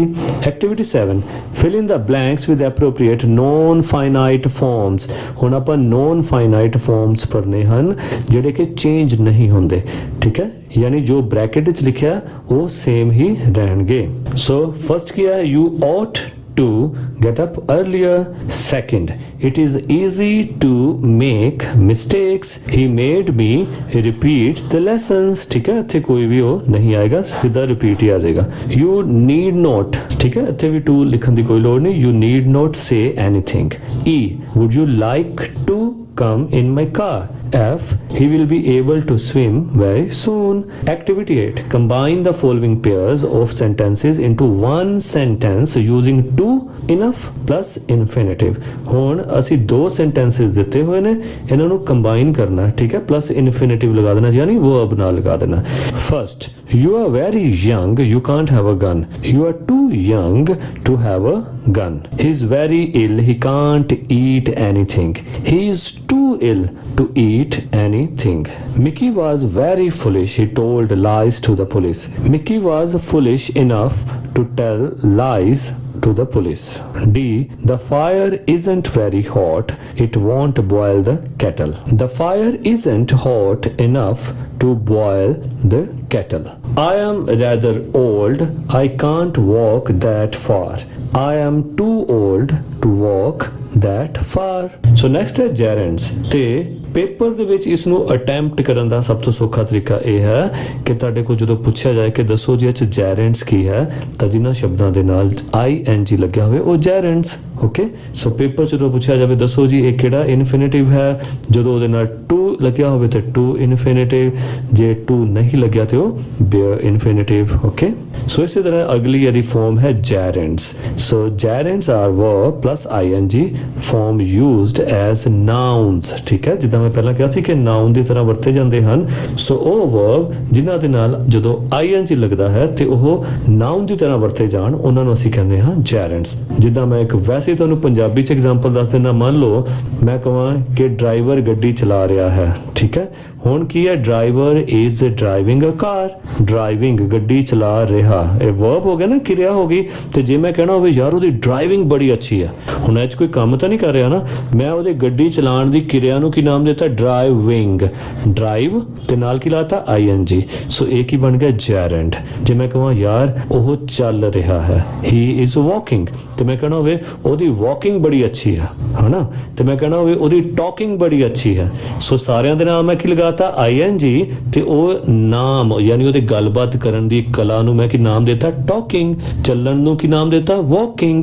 ਤੇ ਲਿਖਣ ਨੂੰ ਕੀ ਨਾਮ ਦਿੱਤਾ, writing। ਪੜ੍ਹਨ ਨੂੰ ਕੀ ਨਾਮ ਦਿੱਤਾ, reading। ਤੇਰੀ ਰੀਡਿੰਗ ਬੜੀ ਅੱਛੀ ਹੈ ਯਾਰ। ਸੋ ਇਹੋ ਜਿਹੇ ਸਾਰੇ ਵਰਡਸ ਕੀ ਹੁੰਦੇ ਨੇ, gerunds। ਠੀਕ, ਸੋ ਕਈ ਵਾਰ ਅਸੀਂ ਜ਼ਿਆਦਾ ਜਦੋਂ ਪੜ੍ਹਨ ਲੱਗ ਜਾਂਦੇ ਹਾਂ ਤੇ ਆਪਾਂ ਨੂੰ ਨਹੀਂ ਸਮਝ ਆਉਂਦੀ, ਤਾਂ ਮੈਨੂੰ ਲੱਗਿਆ ਕਿ ਪਹਿਲਾਂ ਥੋੜਾ ਜਿਹਾ ਸਿੱਧਾ ਸਮਝਾਦਾ ਤਾਂ ਕਿ ਅੱਗੋਂ ਬੱਚੇ ਕਨਫਿਊਜ਼ ਨਾ ਹੋਣ। ਸੋ ਆਓ ਕਨਫਿਊਜ਼ਨ ਤੋਂ ਬਚਦੇ ਹੋਏ ਆਪਾਂ ਇਸ ਦੀ ਥੋੜੀ ਹੋਰ ਡਿਟੇਲਡ ਸਟੱਡੀ ਕਰਦੇ ਹਾਂ। So they can be used in the following ways. So gerunds ਹੇਠਾਂ ਲਿਖੇ ਤਰੀਕਿਆਂ ਨਾਲ ਵਰਤੇ ਜਾਂਦੇ ਹਨ। A, ਐਜ਼ ਅ ਸਬਜੈਕਟ, ਕਈਆਂ ਵਿੱਚ ਇਹ ਸਬਜੈਕਟ ਦੀ ਤਰ੍ਹਾਂ, ਭਾਵ ਉਸ ਸੈਂਟੈਂਸ ਵਿੱਚ ਮੇਨ ਕੰਮ ਕਰਨ ਵਾਲਾ, ਠੀਕ ਹੈ, ਜੋ ਹੁੰਦਾ ਉਸ ਨੂੰ ਕਹਿੰਦੇ ਨੇ ਸਬਜੈਕਟ। ਸੋ ਕਈ ਵਾਰ ਸਬਜੈਕਟ ਦੀ ਤਰ੍ਹਾਂ ਵਰਤੇ ਜਾਂਦੇ ਹਨ। ਸੈਕਿੰਡ, ਆਫਟਰ ਪ੍ਰੈਪੋਜੀਸ਼ਨਸ, ਕਈ ਵਾਰ ਪ੍ਰੈਪੋਜੀਸ਼ਨਸ ਤੋਂ ਬਾਅਦ ਆਉਂਦੇ ਹਨ। ਸੀ, ਆਫਟਰ ਸਰਟਨ ਵਰਬਸ, ਕਈ ਵਾਰ ਉਹ 'ਚ ਜਿਹੜੇ ਵਰਬਸ ਹੁੰਦੇ ਹਨ, ਠੀਕ ਹੈ, ਉਹਨਾਂ ਤੋਂ ਬਾਅਦ ਨਾਲ ਹੀ ਇਹ ਜੈਰੈਂਡਸ ਆ ਜਾਂਦੇ ਹਨ, ਤੇ ਕਈ ਵਾਰ ਉਹ ਨਾਉਨ ਕੰਪਾਊਂਡਸ ਦੇ ਵਿੱਚ ਵਰਤੇ ਜਾਂਦੇ ਹਨ। Read the following sentences. ਆਓ ਹੁਣ ਆਪਾਂ ਸੈਂਟੈਂਸਸ ਨੂੰ ਪੜ੍ਹਦੇ ਹਾਂ, ਸਾਨੂੰ ਆਪਣੇ ਆਪ ਹੀ ਸਮਝ ਆਉਣ ਲੱਗ ਜਾਏਗੀ, ਕੋਈ ਇੰਨਾ ਔਖਾ ਇਹ ਨਹੀਂ ਹੈ। Swimming is a good exercise. ਹੁਣ ਸਵੀਮਿੰਗ ਹੈ ਨਾ, ਤੈਰਨਾ ਇੱਕ ਅੱਛੀ ਕਸਰਤ ਹੈ। ਸਵੀਮਿੰਗ ਨਾਉਨ ਹੋ ਗਿਆ ਤੇ ਇਸ ਨੂੰ ਆਪਾਂ ਜੈਰੈਂਡ ਫਾਰਮ ਕਵਾਂਗੇ। The word swimming is formed from the verb swing by adding ing to it, it therefore appears to be a verb। ਠੀਕ ਹੈ, ਸਿੰਪਲ ਹੈ ਕਿ ਸਵਿਮ ਦੇ ਨਾਲ ing ਲੱਗ ਗਿਆ ਤੇ ਇਹ ਵਰਬ ਇੱਥੇ ਸਬਜੈਕਟ ਦੀ ਤਰ੍ਹਾਂ ਯੂਜ਼ ਹੋਇਆ ਹੈ, ਪਰ ਇਹ ਨਾਉਨ ਹੈ। ਠੀਕ ਹੈ, the word swimming is the name of an action. So ਕੋਈ ਕੰਮ ਕੀਤਾ ਤੁਸੀਂ, ਉਸ ਕੰਮ ਨੂੰ ਅਸੀਂ ਇੱਕ ਨਾਮ ਦੇਤਾ ਕਿ ਸਵਿਮਿੰਗ। ਠੀਕ ਹੈ, and is also the subject of the sentence, ਕਿ ਇਸ ਸੈਂਟੈਂਸ ਵਿੱਚ ਉਹ ਸਬਜੈਕਟ ਹੈ, ਭਾਵ ਕੰਮ ਕਰਨ ਵਾਲਾ ਵੀ ਹੈ। ਕੰਮ ਕਰਨ ਵਾਲਾ ਭਾਵ ਕਿ ਉਹਦੇ ਲਈ ਹੀ ਇਹ ਸਾਰੀ ਗੱਲ ਹੋ ਰਹੀ ਹੈ। Hence it does the work of a noun, ਇਸ ਕਰਕੇ ਇਹ ਨਾਉਨ ਦਾ ਕੰਮ ਇੱਥੇ ਕਰਦਾ ਹੈ। the word swimming is like a verb as well as a noun। ਸੋ ਜਿਹੜਾ swimming word ਹੈ ਉਹ ਨਾਉਨ ਦੀ ਤਰ੍ਹਾਂ ਵੀ ਵਰਤਿਆ ਜਾਂਦਾ ਹੈ ਤੇ ਇੱਕ verb ਵੀ ਹੈ। it is therefore a verb noun and is called a gerund। ਸੋ ਇਸ ਕਰਕੇ ਜਿਹੜਾ verb ਨਾਉਨ ਵੀ ਹੋਵੇ ਉਹਨੂੰ ਆਪਾਂ gerund ਕਹਿੰਦੇ ਹਾਂ। ਠੀਕ ਹੈ ਜੀ। note, the form of the gerunds and of the present participles are identical। identical ਹੁੰਦੇ ਨੇ ਇੱਕੋ ਜਿਹੇ, ਕਿ gerunds ਅਤੇ present participles, ਠੀਕ ਹੈ, ਜਿਹਦੇ 'ਚ present plus ing ਲੱਗਿਆ ਹੁੰਦਾ ਹੈ, ਇਹ identical ਹੁੰਦੇ ਨੇ, ਇੱਕੋ ਜਿਹੇ ਲੱਗਦੇ ਨੇ। however gerunds are verbal nouns and participles are verbal adjectives। ਤੇ ਬੇਸਿਕ ਫਰਕ ਕੀ ਹੈ ਕਿ ਜਿਹੜੇ gerunds ਹੁੰਦੇ ਨੇ ਉਹ verbal noun ਹੁੰਦੇ ਨੇ ਤੇ ਜਿਹੜੇ participles ਹੁੰਦੇ ਨੇ ਉਹ verbal adjectives ਹੁੰਦੇ ਨੇ, ਭਾਵ ਉਹ ਕਿਸੇ ਦੇ ਵਿਸ਼ੇਸ਼ਤਾ ਦੱਸ ਰਹੇ ਹੁੰਦੇ ਹਨ ਤੇ gerunds ਵਿੱਚ ਉਸ ਕੰਮ ਨੂੰ ਅਸੀਂ ਇੱਕ ਨਾਮ ਦਿੱਤਾ ਹੁੰਦਾ ਹੈ। ਠੀਕ, examples, he is fond of riding, ਯਾਨੀ ਉਸਨੂੰ ਸਵਾਰੀ ਦਾ ਸ਼ੌਂਕ ਹੈ, ਘੋੜਸਵਾਰੀ ਵੀ ਹੋ ਸਕਦਾ। ਠੀਕ ਹੈ, ਸੋ ਇਹ gerund ਹੋ ਗਿਆ, ਇੱਕ ਕੰਮ ਨੂੰ, ਰਾਈਡ ਨੂੰ, ਹਨਾ, ਸਵਾਰੀ ਕਰਨ ਦੀ ਕਿਰਿਆ ਨੂੰ ਅਸੀਂ ਇੱਕ ਨਾਮ ਦਿੱਤਾ, ਸਵਾਰੀ ਕਰਨਾ, ਰਾਈਡਿੰਗ। ਠੀਕ, ਤੇ ਰਾਈਡਿੰਗ ਅਲੋਂਗ ਦ ਰੋਡ ਹੀ ਸੌ ਅ ਪੋਰਕੂਪੀਨ। ਪੋਰਕੂਪੀਨ ਇੱਕ ਜਾਨਵਰ ਹੁੰਦਾ ਕਿ ਜਦੋਂ ਉਹ ਸੜਕ ਦੇ ਨਾਲ ਨਾਲ ਰਾਈਡ ਕਰ ਰਿਹਾ ਸੀ ਤਾਂ ਉਸਨੇ ਇੱਕ ਪੋਰਕੂਪਾਈਨ ਦੇਖਿਆ। Use of a gerund. ਹੁਣ ਜੈਰੈਂਡ ਨੂੰ ਯੂਜ਼ ਕਿੱਦਾਂ ਕਰਨਾ? As already mentioned above, a gerund can be used as, ਕਿ ਜਿੱਦਾਂ ਮੈਂ ਪਹਿਲਾਂ ਹੀ ਦੱਸਿਆ ਹੈ ਕਿ ਇੱਕ ਜੈਰੈਂਡ ਯੂਜ਼ ਹੋ ਸਕਦਾ ਕਿਸ ਤਰ੍ਹਾਂ? ਏ, ਦਾ ਸਬਜੈਕਟ ਆਫ ਅ ਵਰਬ, ਕਿ ਉਹ ਕਿਸੇ ਵਰਬ ਦੇ ਸਬਜੈਕਟ ਦੀ ਤਰ੍ਹਾਂ ਵੀ ਯੂਜ਼ ਹੋ ਸਕਦਾ ਹੈ, ਜਿੱਦਾਂ ਸੀਇੰਗ ਇਜ਼ ਬਿਲੀਵਿੰਗ, ਕਿ ਦੇਖ ਕੇ ਹੀ ਵਿਸ਼ਵਾਸ ਹੁੰਦਾ ਹੈ। Collecting stamp is his hobby, so collecting gerund। ਠੀਕ ਹੈ, ਸੋ ਜੇ ਕੋਈ ਹੋਰ ਚੀਜ਼ ਨਹੀਂ ਸਮਝ ਆਉਂਦੀ ਤਾਂ ਮੋਟੀ ਗੱਲ ਇਹ ਸਮਝਣੀ ਹੈ ਕਿ ing ਲੱਗਿਆ gerund, to ਨਹੀਂ ਲੱਗਿਆ bare infinitive, to ਲੱਗਿਆ to infinitive। Okay. B, as the object of a transitive verb, ਸੋ ਜਿਸ ਤਰ੍ਹਾਂ ਹੈ I enjoy, ਮੈਂ enjoy ਕਰਦਾ ਹਾਂ, ਸੋ ਇਹ ਕੀ ਹੋ ਗਿਆ? transitive verb, ਕਿ ਮੈਂ ਕੀ enjoy ਕਰਦਾ ਹਾਂ। ਠੀਕ ਹੈ, ਸੋ ਜਦੋਂ ਕਿਸੇ verb ਦਾ meaning ਅਗਲੇ words ਵਿੱਚ transfer ਹੁੰਦਾ ਹੋਵੇ ਤੇ ਤਾਂ ਸਾਨੂੰ ਉਸ verb ਦੀ ਸਮਝ ਆਉਂਦੀ ਹੋਵੇ ਤਾਂ ਉਦੋਂ ਉਹ verb ਕੀ ਹੋ ਜਾਂਦਾ? transitive verb, ਭਾਵ ਸਕਰਮਕ ਕਿਰਿਆ। ਸੋ I enjoy reading poetry, ਸੋ ਇੱਥੇ reading ਕੀ ਹੈ? gerund। I like watching the stars at night, watching ਕੀ ਹੈ? gerund। as object of a preposition, ਹੁਣ ਇੱਥੇ preposition ਲੱਗਿਆ ਹੋਵੇ ਤੇ preposition ਤੋਂ ਬਾਅਦ ਜਿਹੜਾ object ਹੋਵੇ ਉਹ ਵੀ ਕੀ ਹੁੰਦਾ? gerund। ਜਿਵੇਂ she is fond of dancing, so dancing ਕੀ ਹੈ? gerund। she was punished for telling a lie, so for ਕੀ ਹੈ? preposition ਤੇ for ਤੋਂ ਬਾਅਦ ਕੀ ਲੱਗਿਆ? gerund, ਯਾਨੀ telling a lie, ਉਸ ਨੂੰ ਝੂਠ ਬੋਲਣ ਦੀ ਸਜ਼ਾ ਦਿੱਤੀ ਗਈ ਸੀ।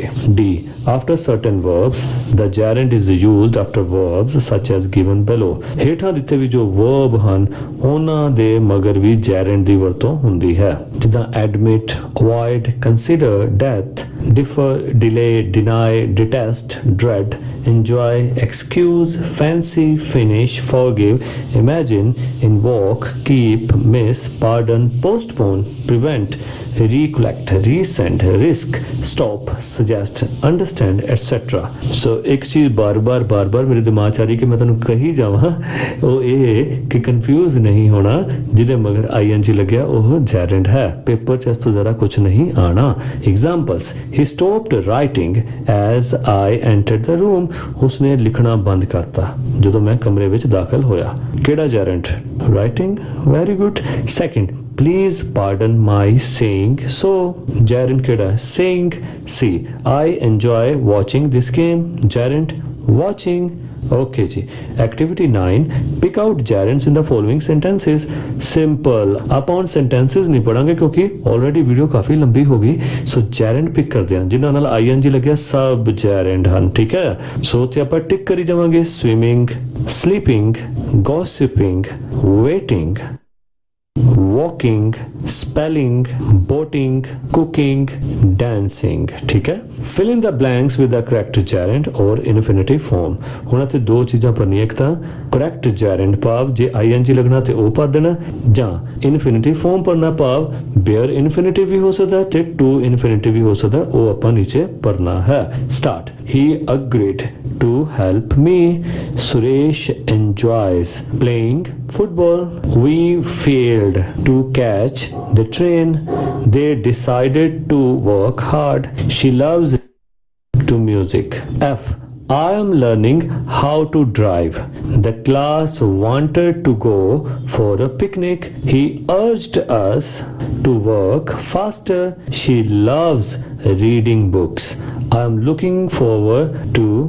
meet you next activity 10 you will listen carefully to your teacher will read a passage slowly write in your notebook what you hear do not make spelling mistakes and put appropriate punctuation marks such as comma question mark or full stop where needed ठीक ਤੁਹਾਡੇ teacher ਤੁਹਾਨੂੰ page number 166 ਤੇ ਇੱਕ dictation ਲਿਖੀ ਹੋਏਗੀ ਉਹ ਬੋਲ ਕੇ ਸੁਣਾਣਗੇ ਤੇ ਤੁਸੀਂ ਉਹ ਡਿਕਟੇਸ਼ਨ ਐਜ਼ ਇਟ ਇਜ਼ ਹੀ ਆਪਣੀਆਂ ਨੋਟਬੁੱਕਸ ਤੇ ਲਿਖਣ ਦੀ ਕੋਸ਼ਿਸ਼ ਕਰਨੀ ਹੈ ਤੇ ਕੋਸ਼ਿਸ਼ ਕਰਨੀ ਹੈ ਕਿ ਸਪੈਲਿੰਗ ਮਿਸਟੇਕਸ ਨਾ ਹੋਣ ਠੀਕ ਹੈ ਉਸ ਤੋਂ ਬਾਅਦ ਉਹ ਚੀਜ਼ ਤੁਸੀਂ ਆਪਣੇ ਟੀਚਰ ਕੋਲੋਂ ਚੈੱਕ ਕਰਾ ਲੈਣੀ ਹੈ ਠੀਕ ਸੋ ਇਹ ਐਕਟੀਵਿਟੀ ਤੁਸੀਂ ਆਪ ਕਰਨੀ ਹੈ ਇਹ ਮੈਂ ਤੁਹਾਨੂੰ ਇੱਥੇ ਨਹੀਂ ਕਰਾ ਪਾਵਾਂਗਾ Learning to speak activity 11 look at the pictures given below ਹੇਠਾਂ ਦਿੱਤੀਆਂ ਤਸਵੀਰਾਂ ਨੂੰ ਦੇਖੋ there are 8 differences so ਦੋਨੋਂ ਪਿਕਚਰਸ ਦੇ ਵਿੱਚ 8 ਅੰਤਰ ਹਨ do this activity with your partner ਹੁਣ ਤੁਸੀਂ ਦੋ ਜਣਿਆਂ ਨੇ ਬੈਠ ਜਾਣਾ ਤੇ ਤੁਸੀਂ ਜਿਹੜੇ 8 differences ਹੈ ਉਹ find out ਕਰਨੇ ਹਨ while identifying the differences ਜਦੋਂ ਤੁਸੀਂ ਉਹਨਾਂ ਅੰਤਰਾਂ ਨੂੰ identify ਪਹਿਚਾਣ ਰਹੇ ਹੋਵੋਗੇ you will must speak in English only ਤਾਂ ਉਦੋਂ ਤੁਸੀਂ ਸਿਰਫ ਤੇ ਸਿਰਫ ਇੰਗਲਿਸ਼ ਵਿੱਚ ਹੀ ਗੱਲ ਕਰਨ ਦੀ ਕੋਸ਼ਿਸ਼ ਕਰਨੀ ਹੈ ਸੋ ਮੈਂ ਤੁਹਾਡਾ ਮਜ਼ਾਕ ਕਿਰਕਰਾ ਨਹੀਂ ਕਰਨਾ ਚਾਹੁੰਦਾ ਮੈਂ ਨਹੀਂ ਦੱਸਣਾ ਚਾਹੁੰਦਾ ਕਿ 8 ਡਿਫਰੈਂਸਸ ਕਿਹੜੇ ਹਨ ਤੁਸੀਂ ਆਪ ਇਸ ਨੂੰ ਫਾਈਂਡ ਆਊਟ ਕਰੋ ਤੇ ਆਪਣੇ ਪਾਰਟਨਰ ਦੇ ਨਾਲ ਇਹ ਗੇਮ ਖੇਡ ਕੇ ਤੁਸੀਂ ਇੰਜੋਏ ਕਰ ਸਕਦੇ ਹੋ ਸੋ ਤੁਸੀਂ ਇਹ ਸੈਂਟੈਂਸ ਤਾਂ ਬੋਲ ਹੀ ਸਕਦੇ ਹੋ ਕਿ I can see a difference here okay ਜਿੱਦਾਂ ਇੱਥੇ ਲਿਖਿਆ ਹੋਇਆ next ਹੈ learning to write given below is an application written to the principal of a school asking for exemption from examination read it carefully and also look at its format ਹੁਣ ਨੀਚੇ ਇੱਕ application ਲਿਖੀ ਹੋਈ ਹੈ ਜੋ ਕਿ ਤੁਸੀਂ ਆਪਣੇ ਪ੍ਰਿੰਸੀਪਲ ਨੂੰ ਲਿਖਣੀ ਹੈ ਜਿਹਦੇ ਵਿੱਚ ਆਪਣੇ ਪ੍ਰਿੰਸੀਪਲ ਮੈਡਮ ਸਰ ਤੋਂ ਤੁਸੀਂ ਆਗਿਆ ਲੈਣੀ ਹੈ ਕਿ ਤੁਹਾਨੂੰ ਐਗਜ਼ਾਮਸ ਤੋਂ ਛੋਟ ਦਿੱਤੀ ਜਾਵੇ ਕਿ ਤੁਹਾਡੇ ਕੋਈ ਮੈਰਿਜ ਆ ਗਈ ਹੈ ਜਾਂ ਕੋਈ ਵੀ ਜ਼ਰੂਰੀ ਕੰਮ ਆ ਗਿਆ ਹੈ ਸੋ ਆਪਾਂ ਦੇਖਦੇ ਹਾਂ ਕਿ ਇਹਨਾਂ ਨੇ ਕਿਸ ਤਰ੍ਹਾਂ ਲਿਖਿਆ ਹੋਇਆ ਹੈ ਲੈਟਸ ਸਟਾਰਟ ਦ ਪ੍ਰਿੰਸੀਪਲ ਦੇਵ ਸਮਾਜ senior secondary school Jalandhar sir I am a student of class 8th A of your school. Our bi-monthly exams are starting from November 1, 2021. ਕਿ ਮੈਂ 8ਵੀਂ A ਦੀ ਵਿਦਿਆਰਥਣ ਹਾਂ ਕਿ ਜਿਹੜੇ bi-monthly exams ਹੁੰਦੇ ਹਨ ਉਹ ਨਵੰਬਰ 1, 2021 ਤੋਂ ਸ਼ੁਰੂ ਹੋ ਰਹੇ ਹਨ sir I always stand first in all the exams. ਮੈਂ ਆਪਣੇ ਸਾਰੇ ਐਗਜ਼ਾਮਸ ਦੇ ਵਿੱਚੋਂ ਫਸਟ ਆਂਦੀ ਹਾਂ My sister's wedding wedding is falling on November 5 2021 ਮੇਰੇ ਸਿਸਟਰ ਦੀ ਮੈਰਿਜ 5 ਨਵੰਬਰ 2021 ਨੂੰ ਹੋ ਰਹੀ ਹੈ as I am the only helping hand of my father ਕਿ ਮੈਂ ਆਪਣੇ ਪਿਤਾ ਜੀ ਦੀ ਇੱਕੋ ਇੱਕ ਮਦਦ ਕਰਨ ਵਾਲੀ ਹਾਂ ਘਰ ਵਿੱਚ ਹੋਰ ਕੋਈ ਨਹੀਂ ਹੈ I can't take the exam this time ਤਾਂ ਇਸ ਕਰਕੇ ਮੈਂ ਇਸ ਵਾਰੀ ਐਗਜ਼ਾਮ ਨਹੀਂ ਦੇ ਸਕਦਾ This time I request you to exempt me from the examination. ਇਸ ਵਾਰੀ ਮੈਂ ਤੁਹਾਨੂੰ ਬੇਨਤੀ ਕਰਦਾ ਹਾਂ ਕਿ ਮੈਨੂੰ ਪੇਪਰਾਂ ਤੋਂ ਛੋਟ ਦਿੱਤੀ ਜਾਏ I shall be very thankful to you. ਮੈਂ ਤੁਹਾਡਾ ਧੰਨਵਾਦੀ ਹੋਵਾਂਗੀ thanking you yours obediently ਅੱਗੇ ਆਪਣਾ ਨਾਮ ਲਿਖ ਦੇਣਾ ਰੋਲ ਨੰਬਰ ਲਿਖ ਦੇਣਾ ਠੀਕ ਹੈ ਤੇ ਡੇਟ ਪਾ ਦੇਣੀ Activity 12 write an application to your principal asking for a school leaving certificate in the space given below. You must write your reason for leaving the school when you will leave the school where you will take admission after leaving the school ਠੀਕ ਹੈ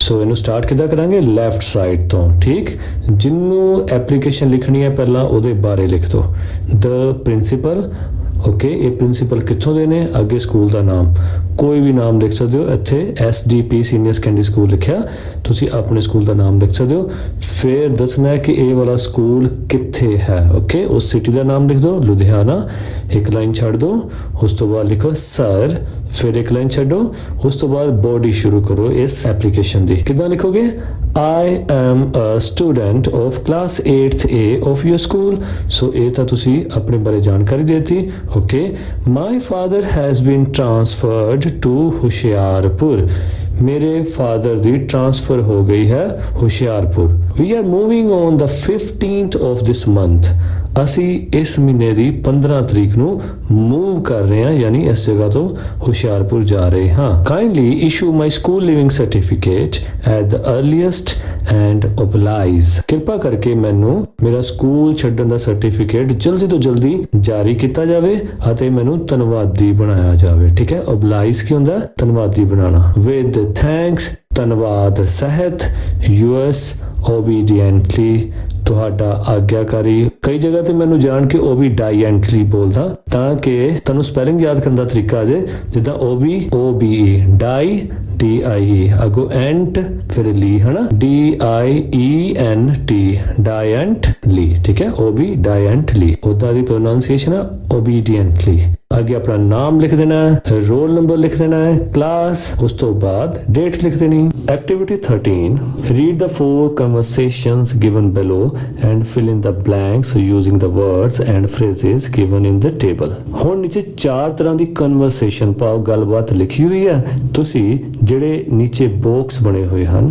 ਇਹਨਾਂ ਵਿੱਚੋਂ ਕੁਝ appropriate words ਚੱਕ ਕੇ ਇਹਨਾਂ ਦੇ ਵਿੱਚ fill ਕਰਨੇ ਹਨ ਤਾਂ ਕਿ ਕਨਵਰਸੇਸ਼ਨ ਮੀਨਿੰਗਫੁਲ ਬਣ ਜਾਵੇ ਸਟਾਰਟ Conversation 1 ਰਾਘਵ ਪਾਓ ਕਿਸੇ ਨੇ ਫੋਨ ਚੱਕਿਆ ਤੇ ਉਹ ਪੁੱਛ ਰਿਹਾ ਹਾਂਜੀ ਦੱਸੋ Gurtej hello could you turn the music down please it's 1 o'clock and I'm trying to sleep Raghav oh sorry is that okay yes thanks perhaps I can get some sleep now good night ਹੁਣ conversation second I'm sorry dash leave early today so ਇੱਥੇ ਕੀ ਹੋਗਾ I'm sorry is it okay if I leave early today ਕਿ ਤੁਹਾਨੂੰ ਬੁਰਾ ਤਾਂ ਨਹੀਂ ਲੱਗੇਗਾ ਜੇ ਮੈਂ ਅੱਜ ਜਲਦੀ ਚਲੇ ਜਾਵਾਂ I'm going to make my dog to see the vet ਮੈਂ ਆਪਣੇ ਕੁੱਤੇ ਨੂੰ ਜਾਨਵਰਾਂ ਦੇ ਡਾਕਟਰ ਨੂੰ ਦਿਖਾਉਣ ਜਾਣਾ ਹੈ ਠੀਕ ਸੋ ਅੱਗੇ ਪਲਕ ਕੀ ਕਹਿੰਦੀ ਹੈ you are going to take your dog to the vet what's the matter with him ਤੂੰ ਡਾਕਟਰ ਕੋਲ ਲੈ ਕੇ ਜਾ ਰਿਹਾ ਕੁੱਤੇ ਨੂੰ ਉਸਨੂੰ ਹੋਇਆ ਕਿ ਜਪ ਤੇਜ ਕੀ ਕਹਿੰਦਾ I don't know that's why I'm going to take him to the vets ਕਿ ਮੈਨੂੰ ਨਹੀਂ ਪਤਾ ਇਸ ਕਰਕੇ ਮੈਂ ਵੈਟਸ ਕੋਲ ਪਾਵ ਜਾਨਵਰਾਂ ਦੇ ਡਾਕਟਰ ਕੋਲ ਲੈ ਕੇ ਜਾ ਰਿਹਾ ਹਾਂ ਪਲਕ oh I see sure go ahead thanks for telling me conversation third Shinam Divyam do you have your mobile phone with you ਕਿ ਦਿਵਿਅਮ ਕੀ ਤੇਰੇ ਕੋਲ ਮੋਬਾਈਲ ਫੋਨ ਹੈ Divyam yes why ਪਰ ਤੂੰ ਕਿਉਂ ਪੁੱਛ ਰਹੀ ਹੈਗਾ ਮੇਰੇ ਕੋ Shinam dash it please can I borrow it please ਕੀ ਮੈਂ ਲੈ ਸਕਦੀ ਹਾਂ I need to make a quick call to my mother ਮੈਂ ਫਟਾਫਟ ਇੱਕ ਮੰਮੀ ਨੂੰ ਕਾਲ ਕਰਨੀ ਹੈ Divyam okay here you are ਤੂੰ ਇਹ ਲੈ ਲੈ conversation 4 Jyoti dash change seats do you mind if I change seats Rajneesh yes all right, क्योंकि अगे क्वेश्चन मार्क है इस करके इत्थे क्वेश्चन मार्क लाएगा। व्हाट्स द प्रॉब्लम, पर तैनूं प्रॉब्लम की है। ज्योति कहती है I can't see because of the sun, क्योंकि मैं देख नहीं सकती क्योंकि धुप है। Rajneesh okay then why don't you sit there next to Piyush, कि तू उत्थे क्यों नहीं बैठदी पीयूष तो अगली जगह ते। Activity 14. Given below are some polite requests with equally polite responses. Match the questions in column A with the correct responses in column B.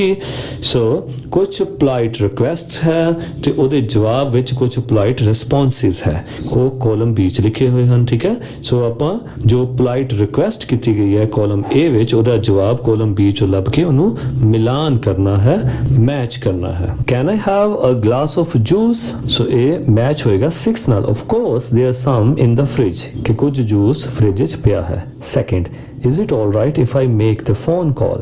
ਕੀ ਇਹ ਠੀਕ ਰਹੇਗਾ ਜੇ ਮੈਂ ਫੋਨ ਕਾਲ ਕਰ ਲਵਾਂ? ਤੇ ਇਹ ਥਰਡ ਨਾਲ ਮੇਲ ਹੋਏਗਾ। Well, okay if it's a local call, ਕਿ ਠੀਕ ਹੈ ਜੇ ਇਹ ਲੋਕਲ ਕਾਲ ਹੀ ਤੁਸੀਂ ਕਰਨੀ ਹੈ। Third, could you say that again please? ਕੀ ਤੂੰ ਇਹ ਦੁਬਾਰਾ ਦੱਸ ਸਕਦਾ ਹੈ? ਤੇ ਉਹਨੇ ਅੱਗੋਂ ਫਿਰ ਕੀ ਕਿਹਾ? That some friends were coming over, ਕਿ ਕੁਝ friends ਆ ਰਹੇ ਹਨ। Fourth, can I speak to you for a moment? ਤੇ ਜਵਾਬ ਕੀ ਆਏਗਾ? First, yes of course. Fifth, do you mind if I look at your books? ਕਿ ਤੈਨੂੰ ਬੁਰਾ ਤਾਂ ਨਹੀਂ ਲੱਗੇਗਾ ਜੇ ਮੈਂ ਤੇਰੀਆਂ ਕਿਤਾਬਾਂ ਨੂੰ ਦੇਖਾਂ? ਤੇ ਮੈਚ ਹੋਏਗਾ 7th ਦੇ ਨਾਲ। You can borrow some if you want, ਵੀ ਤੂੰ ਇਸ ਨੂੰ borrow ਵੀ ਕਰ ਸਕਦਾ, ਲੈ ਵੀ ਸਕਦਾ ਜੇ ਤੂੰ ਚਾਹੁੰਦਾ ਹੈ। 6th, is it okay if I miss the class tomorrow? ਕਿ ਇਹ ਠੀਕ ਰਹੇਗਾ ਜੇ ਮੈਂ ਕੱਲ ਦੀ ਕਲਾਸ ਮਿਸ ਕਰ ਦੇਵਾਂ? ਤੇ ਇਹ ਹੋਏਗਾ 5th ਨਾਲ। Well, not really, ਇਹ ਇੰਨਾ ਅੱਛਾ ਨਹੀਂ ਰਹੇਗਾ। Why can't you come? ਤੂੰ ਕਿਉਂ ਨਹੀਂ ਆ ਸਕਦਾ? 7th, could you move a little please? ਕਿ ਤੂੰ ਥੋੜਾ ਜਿਹਾ ਹੋਰ ਅੱਗੇ ਸਰਕੇਗਾ ਕਿ ਮੈਂ ਬੈਠਣਾ ਹੈ। ਤੇ ਇਹ ਮਿਲੇਗਾ 8th ਨਾਲ। Yes, sorry, I didn't realize you wanted to sit down, ਕਿ ਹਾਂ ਮਾਫ ਕਰਨਾ ਮੈਨੂੰ ਪਤਾ ਨਹੀਂ ਚੱਲਿਆ ਕਿ ਤੁਸੀਂ ਬੈਠਣਾ ਚਾਹੁੰਦੇ ਸੀ। 8th, do you mind if I turn the TV up? ਕਿ ਤੁਸੀਂ ਮਾਈਂਡ ਤਾਂ ਨਹੀਂ ਕਰੋਗੇ ਜੇ ਮੈਂ ਟੀਵੀ ਚਲਾ ਦੇਵਾਂ ਉੱਚੀ ਆਵਾਜ਼ ਵਿੱਚ? ਸੋ ਇਹ 4th ਨਾਲ ਹੋਏਗਾ। Assure the remote is on the table, ਕਿ ਰਿਮੋਟ ਜਿਹੜਾ ਹੈ ਟੇਬਲ ਉੱਤੇ ਪਿਆ ਹੈ। Thank you very much for watching this video. ਇਹ ਦੋ ਵੀਡੀਓਜ਼ ਮੈਂ ਤੁਹਾਡੇ ਲਈ ਹੋਰ ਸਿਲੈਕਟ ਕੀਤੀਆਂ, ਉਮੀਦ ਹੈ ਤੁਹਾਨੂੰ ਇਹ ਵੀ ਪਸੰਦ ਆਣਗੀਆਂ। ਨਾਲ ਹੀ ਤੁਹਾਡੇ ਨਾਲ ਸੰਬੰਧਿਤ ਪਲੇਲਿਸਟ ਵੀ ਮੈਂ ਅਟੈਚ ਕਰ ਦਿੱਤੀ ਹੈ। ਉਮੀਦ ਹੈ ਤੁਹਾਨੂੰ ਮੇਰੇ ਵੱਲੋਂ ਕੀਤੀਆਂ ਜਾਣ ਵਾਲੀਆਂ ਐਫਰਟਸ ਜ਼ਰੂਰ ਪਸੰਦ ਆ ਰਹੀਆਂ ਹੋਣਗੀਆਂ। ਚੈਨਲ ਨੂੰ ਸਬਸਕ੍ਰਾਈਬ ਜ਼ਰੂਰ ਕਰੋਗੇ। Thank you very much. ਮਿਲਦੇ ਹਾਂ ਅਗਲੀ ਵੀਡੀਓ ਵਿੱਚ।